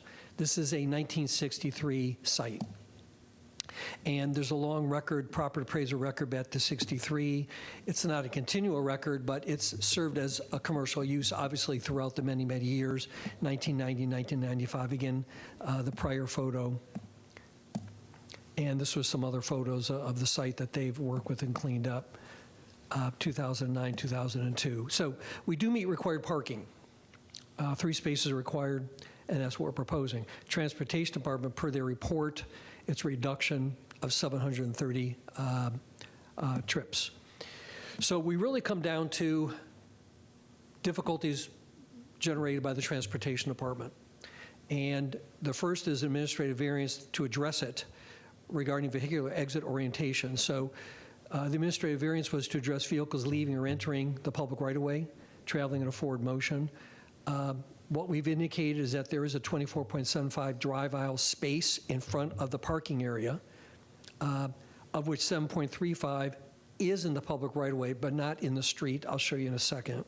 So this is the site plan. So from the rear of the parking, there is 25.75 feet to the street curb. That's the best that we can do. That's the best that's going to be done here. And the engineer submittal indicates the site exceeds that drive aisle. And we also pulled the crash map for the last 5 years, which we think is an important finding, which under the 5-year crash data map, this particular site is very clear and very clean. So we do have a test of time over a long period of time that the vehicular movements that are occurring are not causing crashes or public safety issues on Orient Road. Can you, and I'm not sure I'm following your testimony. This is related to having to leave the site, not forward, but backing out of the site? The administrative variance is for vehicles leaving and entering the public right-of-way to be traveling in a forward motion. So the engineer has determined that having the rear distance is enough to allow a vehicle to maneuver and move on the site to provide forward motion out on Orient Boulevard. Okay, so that wasn't one of Transportation's objections? To clarify, if we go back to the PowerPoint. So this administrative variance is stated at the top. All vehicles leaving or entering the public street right-of-way shall be traveling in a forward motion. That is the issue of which the administrative variance is addressing. The contention of our engineer is that having the 24.75 drive aisle to be able to pull back allows vehicles enough room to pull back and maneuver on the site to be able to exit onto Orient Road in a forward motion. So what is the unreasonable burden? Noting here that let me see here.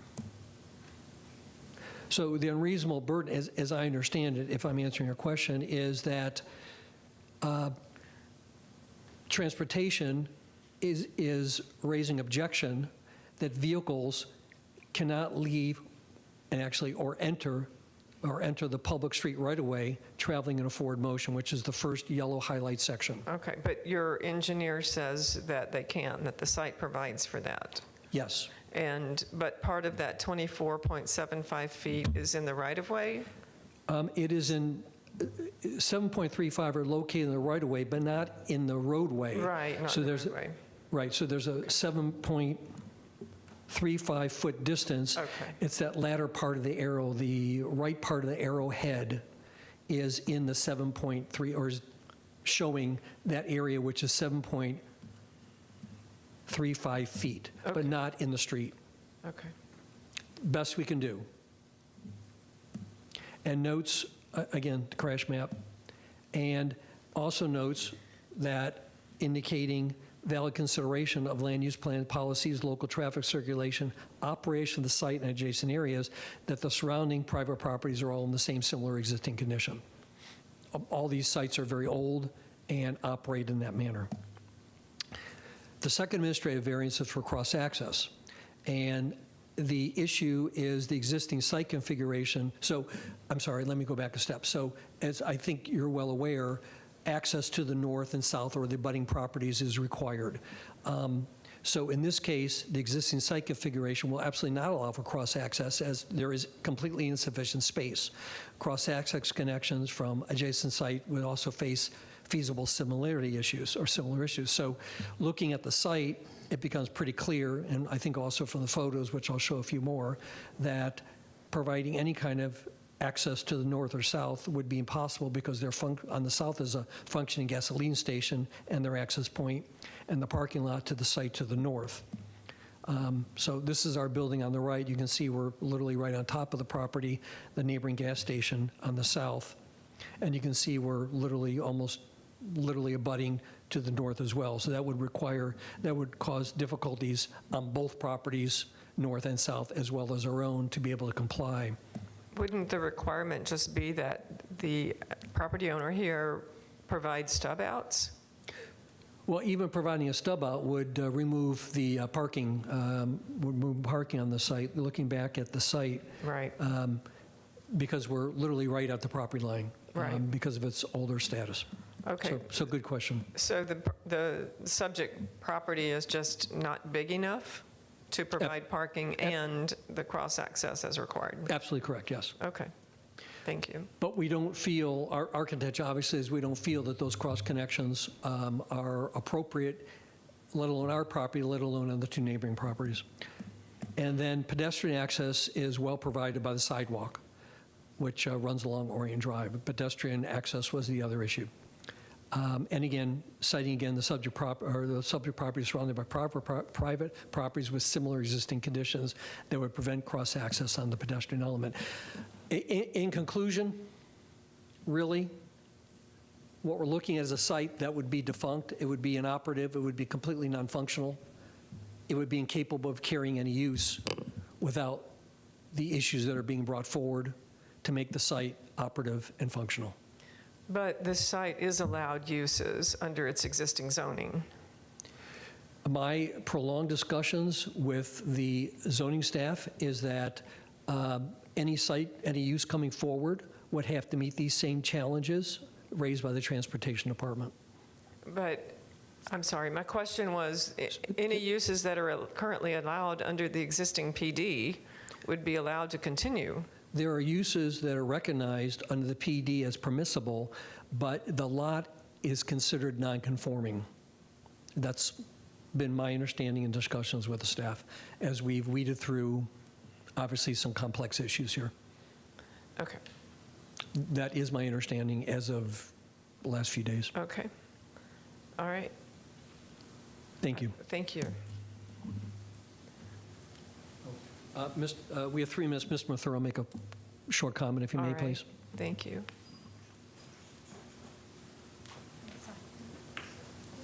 Go ahead. They're talking. Just go up a little bit. My name is Ram Prasad Mathur. I live at 1612 Carter Oaks Drive, Valrico. I bought this property to help my son out. I have a son who is an auto mechanic, so at the time we didn't know that it wasn't zoned for a tire shop because of all the existing tire there. So after we purchased it, we realized what the situation was, and we have spent a lot of money fixing the building up. You know, it was probably a crack house at one time, you know, and we fixed it up, and, you know, I'm trying to help my son out. Was it a tire shop before? It was a tire shop, but it was never zoned for a tire shop. It was illegal. Right, okay. Thanks. So this is the family's business. This is the sole element that they're trying to put together. And as you've recognized, there are a large number of uses that are permissible here, retail, bank, the list goes on. The issue is, as raised by transportation, is a lot conformance, although the staff's fine, the site is very compatible and cohesive. Thank you. Thank you.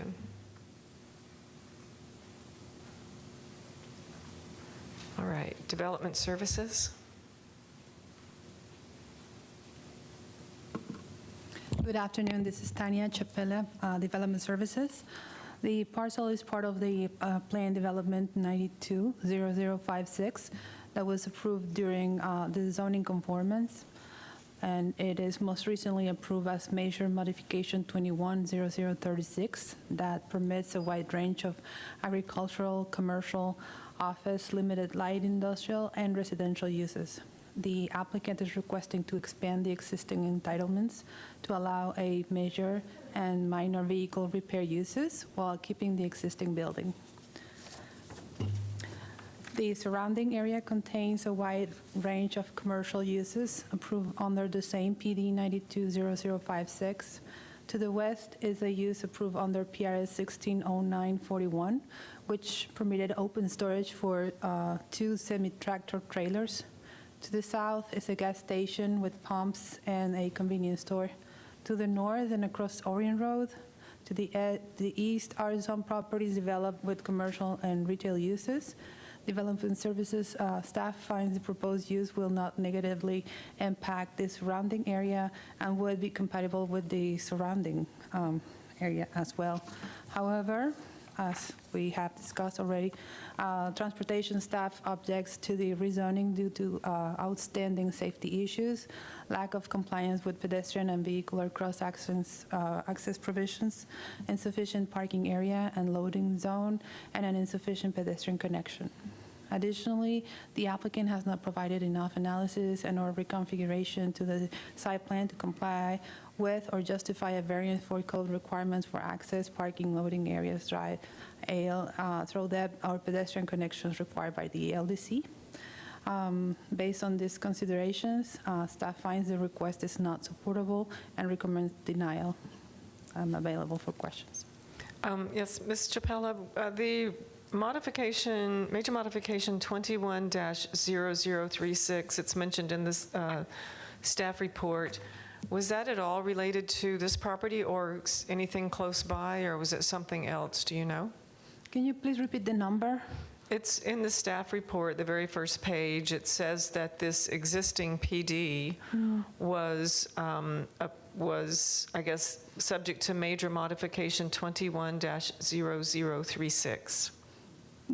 Yes, I understand that's the latest and greatest approval we have. That's dated, the last conditions of approval was typed on August 2021. We also have a current application just across the street. It's also my case, 24-0904. Okay. As far as I understand. That's all right. I just wondered whether that major modification had any relation to this property, but apparently it doesn't. I understand your question. It does not have a relationship with this property. All right, thank you. Is transportation staff here? Could they speak to their objections? We can come back to them if they're not here. Yes, good evening, Madam Zoning Hearing Master. Thank you. This is Richard Perez for the record, Transportation Review Section. As laid out in the transportation review comments in the staff report, the basis for staff's objection is that the applicant has not demonstrated that the proposed development can meet county code and technical standards as it relates to vehicular access, parking, loading areas, drive aisle standards, throat depth, and pedestrian access, given the site's existing condition and its geometric constraints of the site, raising critical life safety and right-of-way encroachment issues.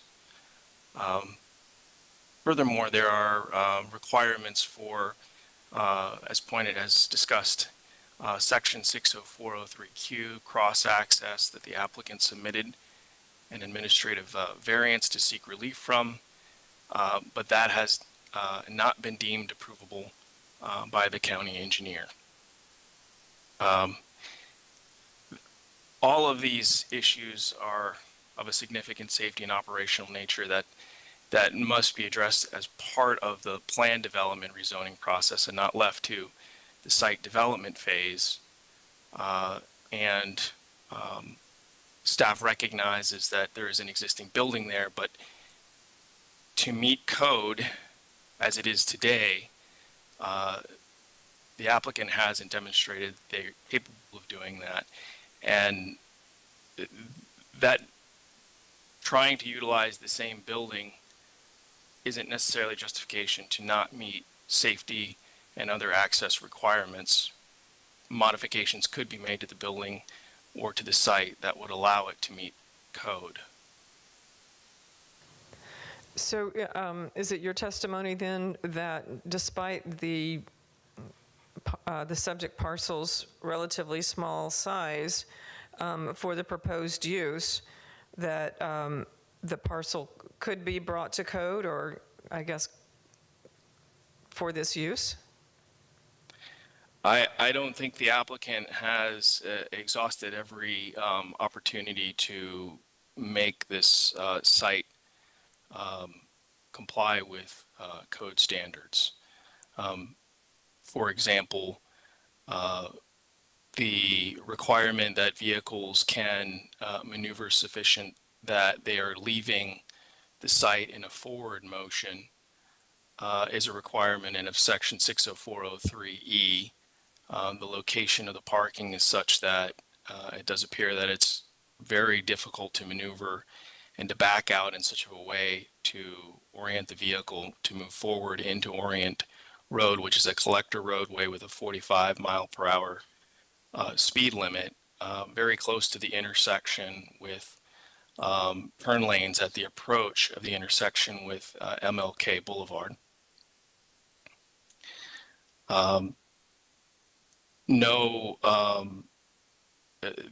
The administrative variance that the applicant spoke of has not been adjudicated by the county engineer.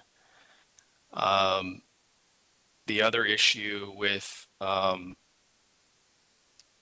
drive aisles per the county's transportation technical manual, TD2 typical details, the drive aisles in the parking lot have to be a minimum of 24 feet to allow for sufficient maneuvering throughout the site.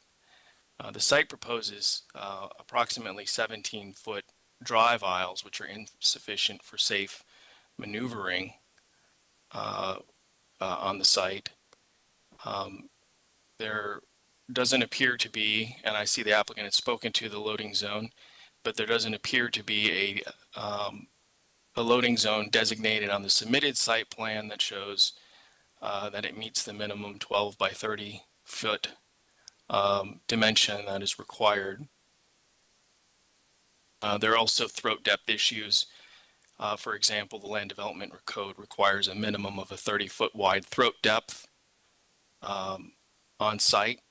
The site appears to only have a 15-foot throat depth, and then additionally, there are the pedestrian connectivity issues and ADA access throughout the site that are a concern as vehicles would be maneuvering in and out and through the site. Okay, thank you very much. I appreciate your testimony. You're welcome. All right, Planning Commission. Thank you. The subject property is located in the Research Corporate Park Future Land Use category. It is in the urban service area, and it is also located within the limits of the East Lake Orient Park Community Plan. The subject site is surrounded by the Research Corporate Park Community Plan Future Land Use category to the northwest and south, and across Orient Road to the east is the Office Commercial 20 Future Land Use category. Objective 9 and Policy 9.2 of the Future Land Use element require that developments must meet or exceed the requirements of all land development regulations. The proposal is inconsistent with this policy direction. The Hillsborough County Development Services Department and the Hillsborough County Transportation Review Section have indicated during the sufficiency review process that there are concerns with the non-conforming site and its inability to meet certain setback, street tree, parking, and cross-access requirements. The County Transportation Review Section has objected to the proposal based upon those reasons. Future Land Use Element Policy 9.3 discusses legal nonconforming uses and permits the rebuilding or expansion of existing legal nonconforming uses which do not have a significant adverse impact on adjacent properties. The objection by the county pertaining to the safety of the proposed parking, loading, and other vehicular movements are not consistent with this policy direction. The proposed rezoning meets the intent of Future Land Use Element Objective 16 and Policies 16.1 and 16.2 as they relate to neighborhood protection.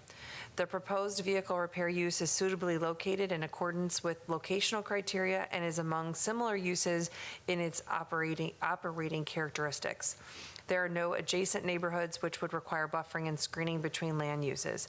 However, the proposal is inconsistent with the intent of Policy 16.3 as the building is non-conforming. This prevents the development of adequate parking and safe vehicular maneuvers. The proposal does not include vehicular or pedestrian cross-access. Objective 15-12 and Policies 15-12.1 and 15-12.4 of the Community Design Component in the Future Land Use Element discuss access across property lines for both vehicles and pedestrians to allow users of mixed-use areas to travel between uses without returning to a roadway. It also discusses the reduction of parking when access is shared. The proposal is inconsistent with the intent of this policy language. The proposal does not meet parking requirements and does not provide either vehicular or pedestrian cross-access. Mobility Section Objective 4.1 and Policy 4.1.2 also discuss interconnections between adjacent compatible development, and the proposal does not provide that. Furthermore, Transportation Review staff has objected based on the limited parking area and the existing building location, which there are concerns about how the site will operate safely and there is not adequate space for cars to back out. Based upon those considerations, Planning Commission staff finds the proposed modification inconsistent with the unincorporated Hillsborough County Comprehensive Plan. Thank you. Thank you. All right, is there anyone here or online who wishes to speak in support of this application? Not hearing anyone. Is there anyone here or online who wishes to speak in opposition to this application? All right, not hearing anyone. Development Services, anything further? I would just add, as Mr. Pressman stated, and I know we've talked a lot along with the case planner, this is a unique zoning in that it's a zoning conformance project that, like Mr. Pressman said, was outlining an area saying your PD and here's the uses that you can have. It does not provide us with development standards. So really the only nonconformity at this point would be the use, the use that was there, the tire store that was not permitted. So unfortunately, as you probably know, with any use, that doesn't mean it could be appropriate at all locations due to maybe the size of the parcel or where the building is. It does get a little more difficult when you have an existing building, and staff could explore that further, but it sounds like the use has ceased over the years. So it would be kind of difficult to take that kind of review under. But what was the use that was approved under the conformance PD zoning? It didn't state, it provides, like Mr. Pressman stated, a page-long list of uses variety from very intense uses to very non-intense residential uses. I believe probably at the time in 1992, they just wanted to recognize things that were there, things that they felt would be appropriate there in the future, and that's what they gave us. Okay, I understand. Thank you. All right, applicant.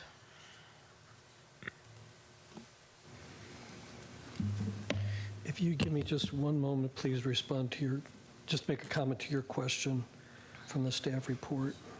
All right, and Mr. Pressman, in your comments, maybe you can address the possibility that the site plan could have been more specific, or could have been these issues could have been addressed more fully in the site plan?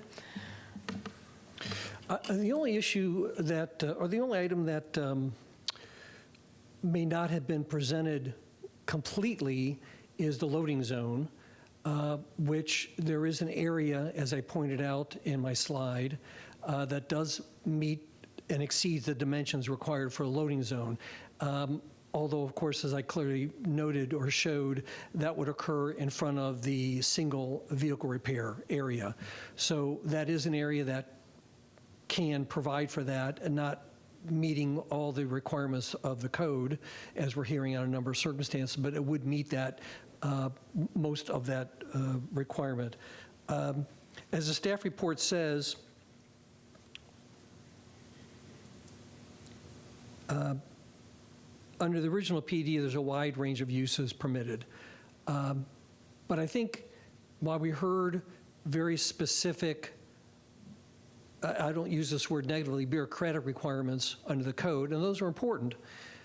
The fact is, we clearly show since 2019, when there's been uses there and operating, that there's not been a single incident of accident on Orient Road. That's a long-term 5-year record that was pulled to show that while transportation staff is bringing up a number of issues that they indicate are non-functional, the reality is that the site has been able to run and operate without a danger to Orient Road.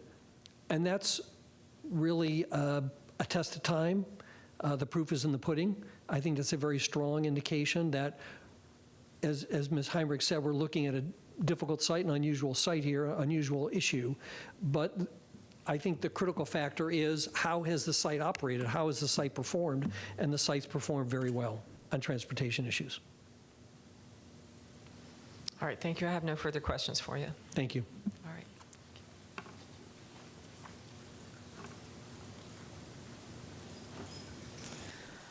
All right, we have 2 more cases.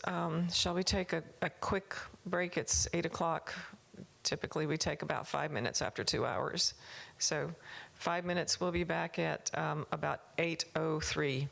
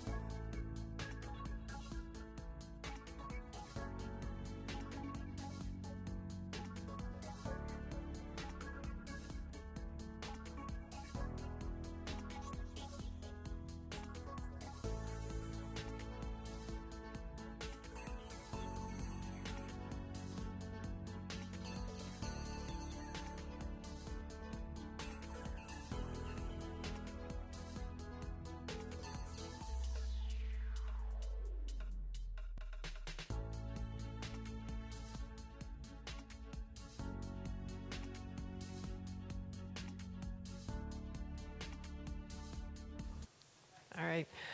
All right, thank you. Welcome back to the May 14, 2024 zoning hearing master meeting.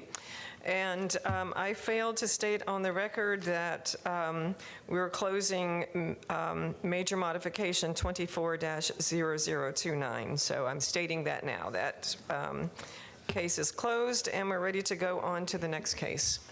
Our next item is item D3, PD 24-0293. The applicant is William Malloy, requesting a rezoning from AR to plain development. Tanya Chapella with Development Services will provide staff findings after the applicant's presentation. Good evening. William Malloy, 325 South Boulevard, Tampa, Florida. This is hopefully a very straightforward project in the Riverview area. We have approximately 11.5 acres of existing AR with a future land use of R4 in the urban service area. The ask this evening is to utilize that future land use for 42 single-family detached units with a minimum lot size of 5,500 square feet, minimum lot width of 50.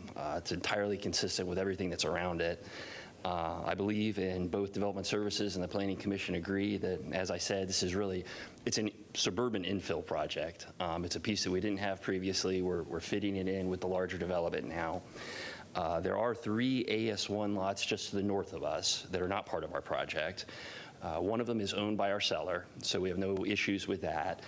The other 2, we did not speak to the property owner in the middle. I spoke to the property owner furthest to the west, and they have no issues with the request. I would note, too, on that end that our property line and their residences there's a significant distance there, and also some pretty heavy vegetation on their side, which we have no reason to suspect wouldn't remain. The only wrinkle in this entire program really was that the parcel is an existing flag lot, and the existing owner was taking access to Rodine through an easement. It may or may not have been of an board, but we're not touching Rodine, and we've excluded the pole, so to speak, from our ask for density and any other purposes. We kept it in the PD because it's 5-to-1, so we'd be leaving an irregular lot, non-conforming lot, can't do that. We'll likely be merging it post-zoning with the owner's existing lot to the north. And that's really it. We have no agency objections. We have Development Services and the Planning Commission with us on this one. I'm happy to answer any questions. All right, I have no questions for you. Thank you. Thank you. Development Services?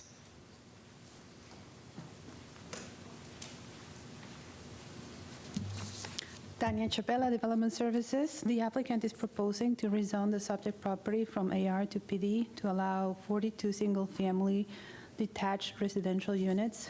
The properties to the south, east, and west are zone PD with single-family development. Staff finds the proposed request to be compatible and comparable with the approved surrounding development, while it is compliant with the RES 4 comprehensive plan category. Given the above, staff finds the request is approvable, subject to conditions. Thank you. All right, thank you. Planning Commission? Thank you. The subject property is located in the residential 4 future land use category. It is in the urban service area, and it is also located within the limits of the Riverview Community Plan and the South Shore Area-Wide Systems Plan.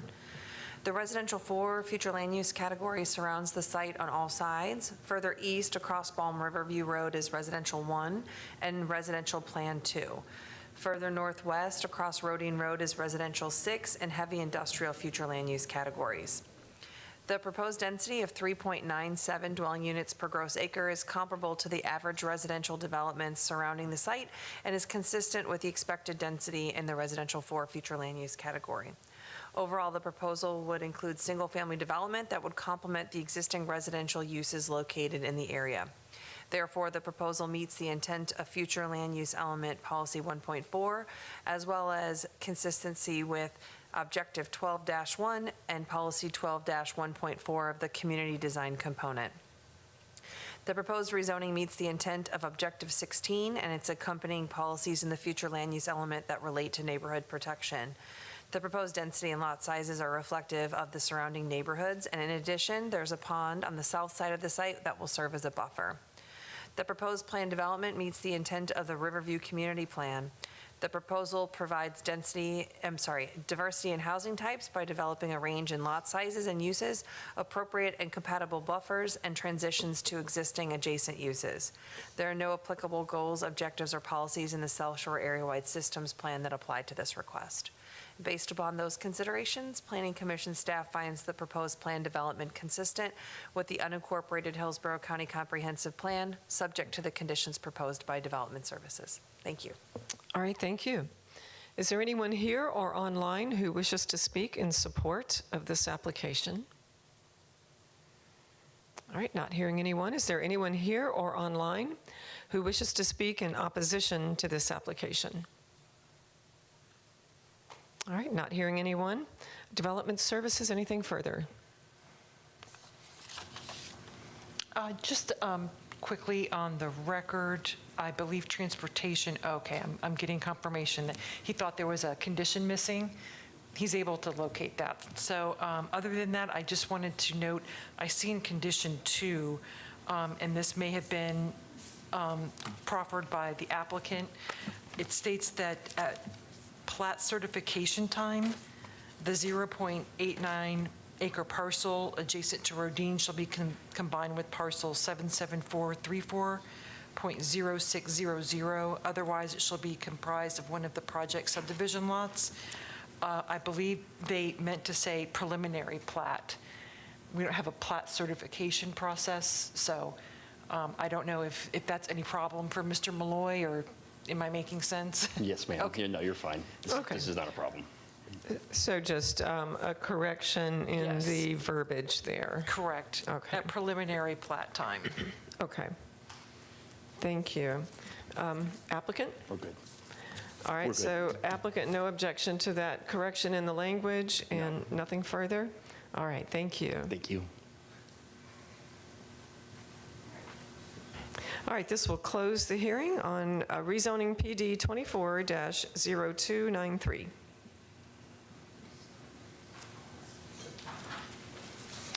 Our next application is item D4, PD rezoning 24-0454.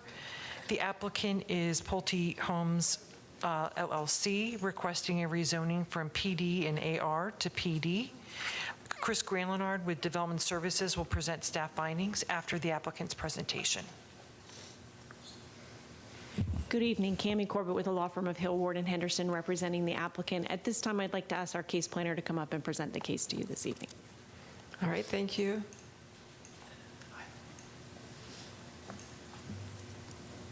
Good evening again. My name is Steven Sposato. I'm a certified planner with Level Up Consulting here in Tampa.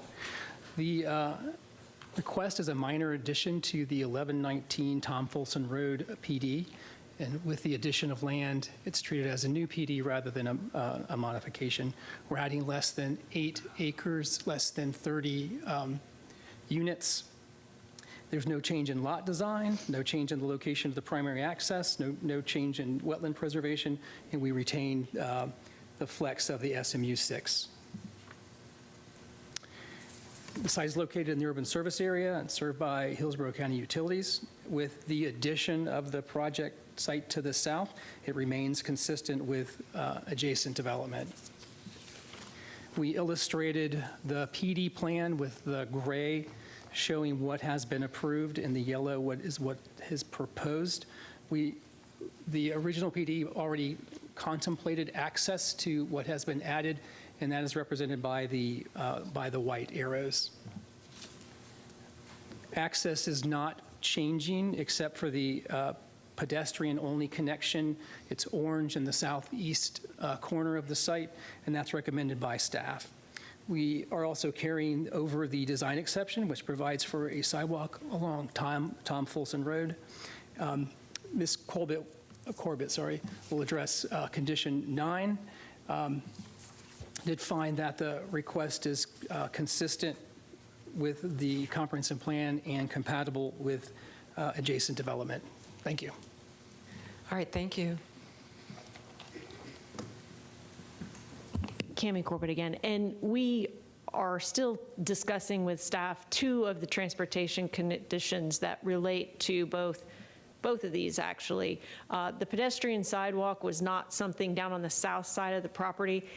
From our perspective, if you look at our rendered site plan, it's in a very awkward position as to relative to our development. I mean, all of our homes are oriented towards the rest of the development, and we would envision that our project internal sidewalks would provide sufficient connection to Tom Folsom Road through the unified entrance that's at the top of the development. Staff really wanted to see this second pedestrian access, so we have added it, but I did want to address on the record that it's not something we're really comfortable with or think is particularly useful, but it is there on the site plan. The second vehicular connection is not shown on the site plan, and it was a new addition to the staff report, and that's something that they have asked for to leave available for a future connection for this parcel that is to the east. That parcel is about 1.57 acres. It currently has one single-family home. The condition would basically allow, if this property were to ever redevelop, and that term is not defined in the conditions, that property would need to take access through this existing PD. And our concern from a Pulte perspective is, if this happens 5 years from now or 6 years from now, and we have a mature community that's been moved into, and we're now all of a sudden disrupting access for a property that has direct access onto Tom Folsom Road with proper circulation. Staff has some justification for that. Respectfully, we don't agree with it, but we did want to get on the record that we did not agree with it. The other concern I had was, are we unnecessarily burdening this folio through this rezoning, saying they have to take access through our development because it requires them to construct that. So we would obviously have sod and landscaping and have that to be a developed area.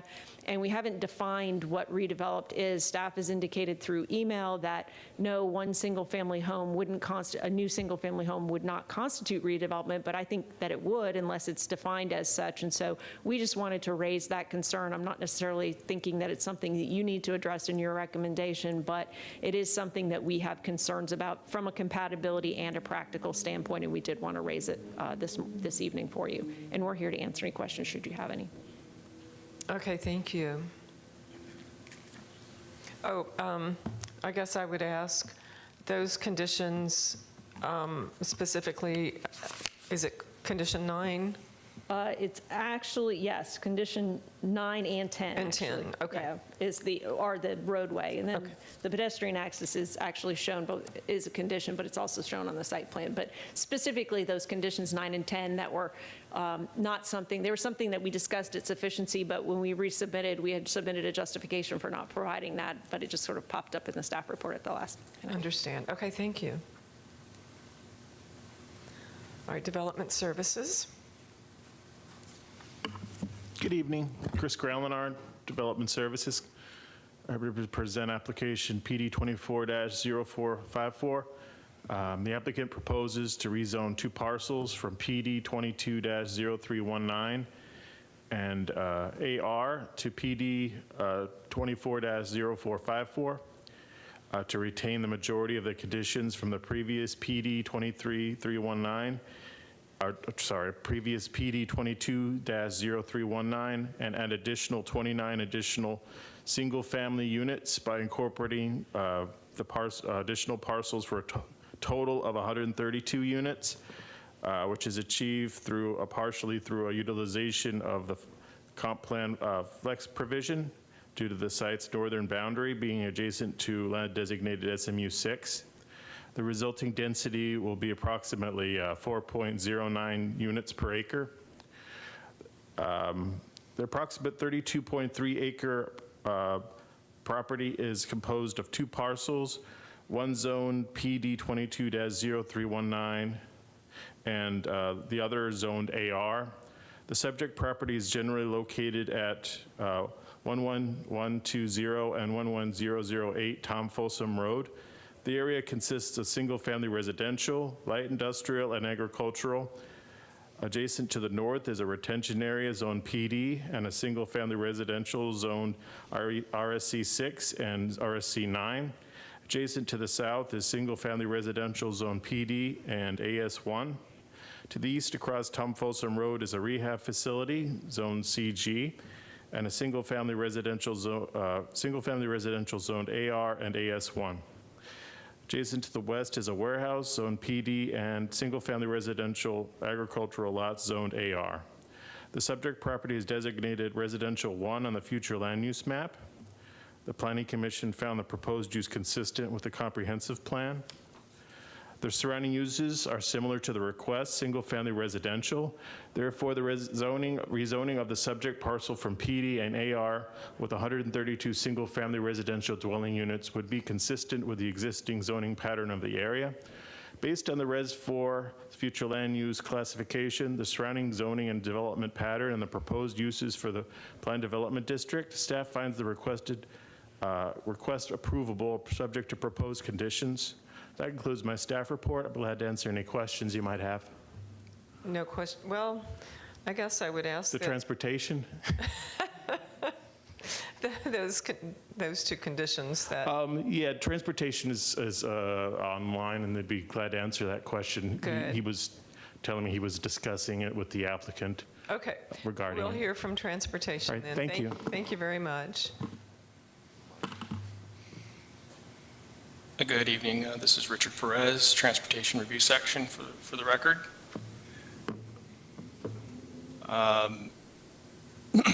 As it relates to condition number 9, the pedestrian access, the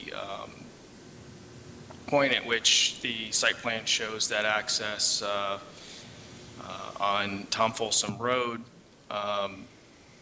allows for a pedestrian connection consistent with subdivision standards, section 60201, access, A13 for access, which states that a proposed development shall provide multiple direct connections in its local street system to and from local destinations such as parks, schools, and shopping centers without requiring the use of arterial streets.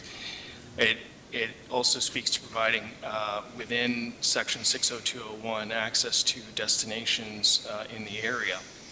Tom Folsom Elementary is located just south of the subject property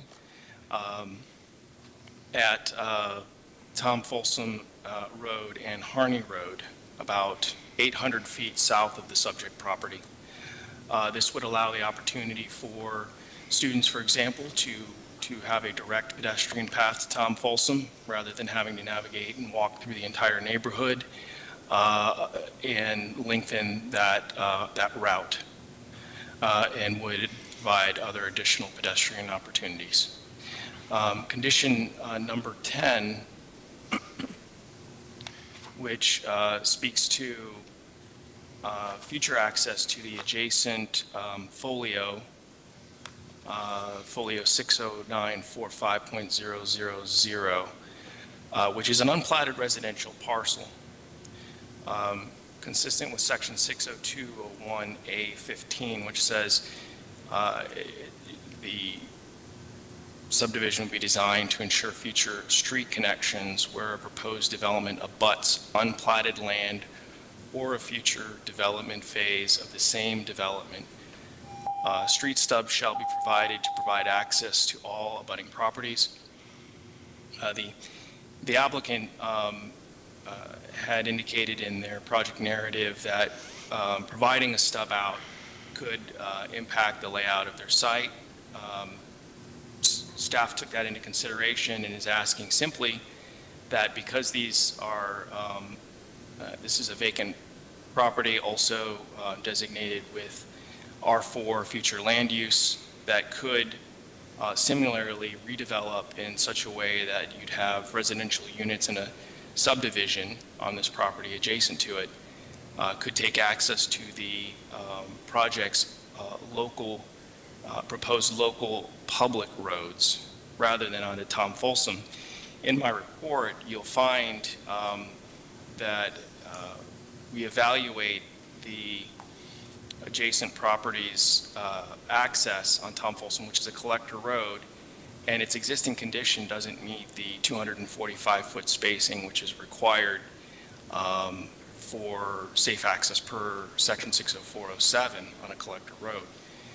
If that parcel were to redevelop And what we mean by redevelop is rezone and/or subdivide into single-family lots, not unlike what the subject property is proposing, that they would be allowed to take access to the public local roads within the project.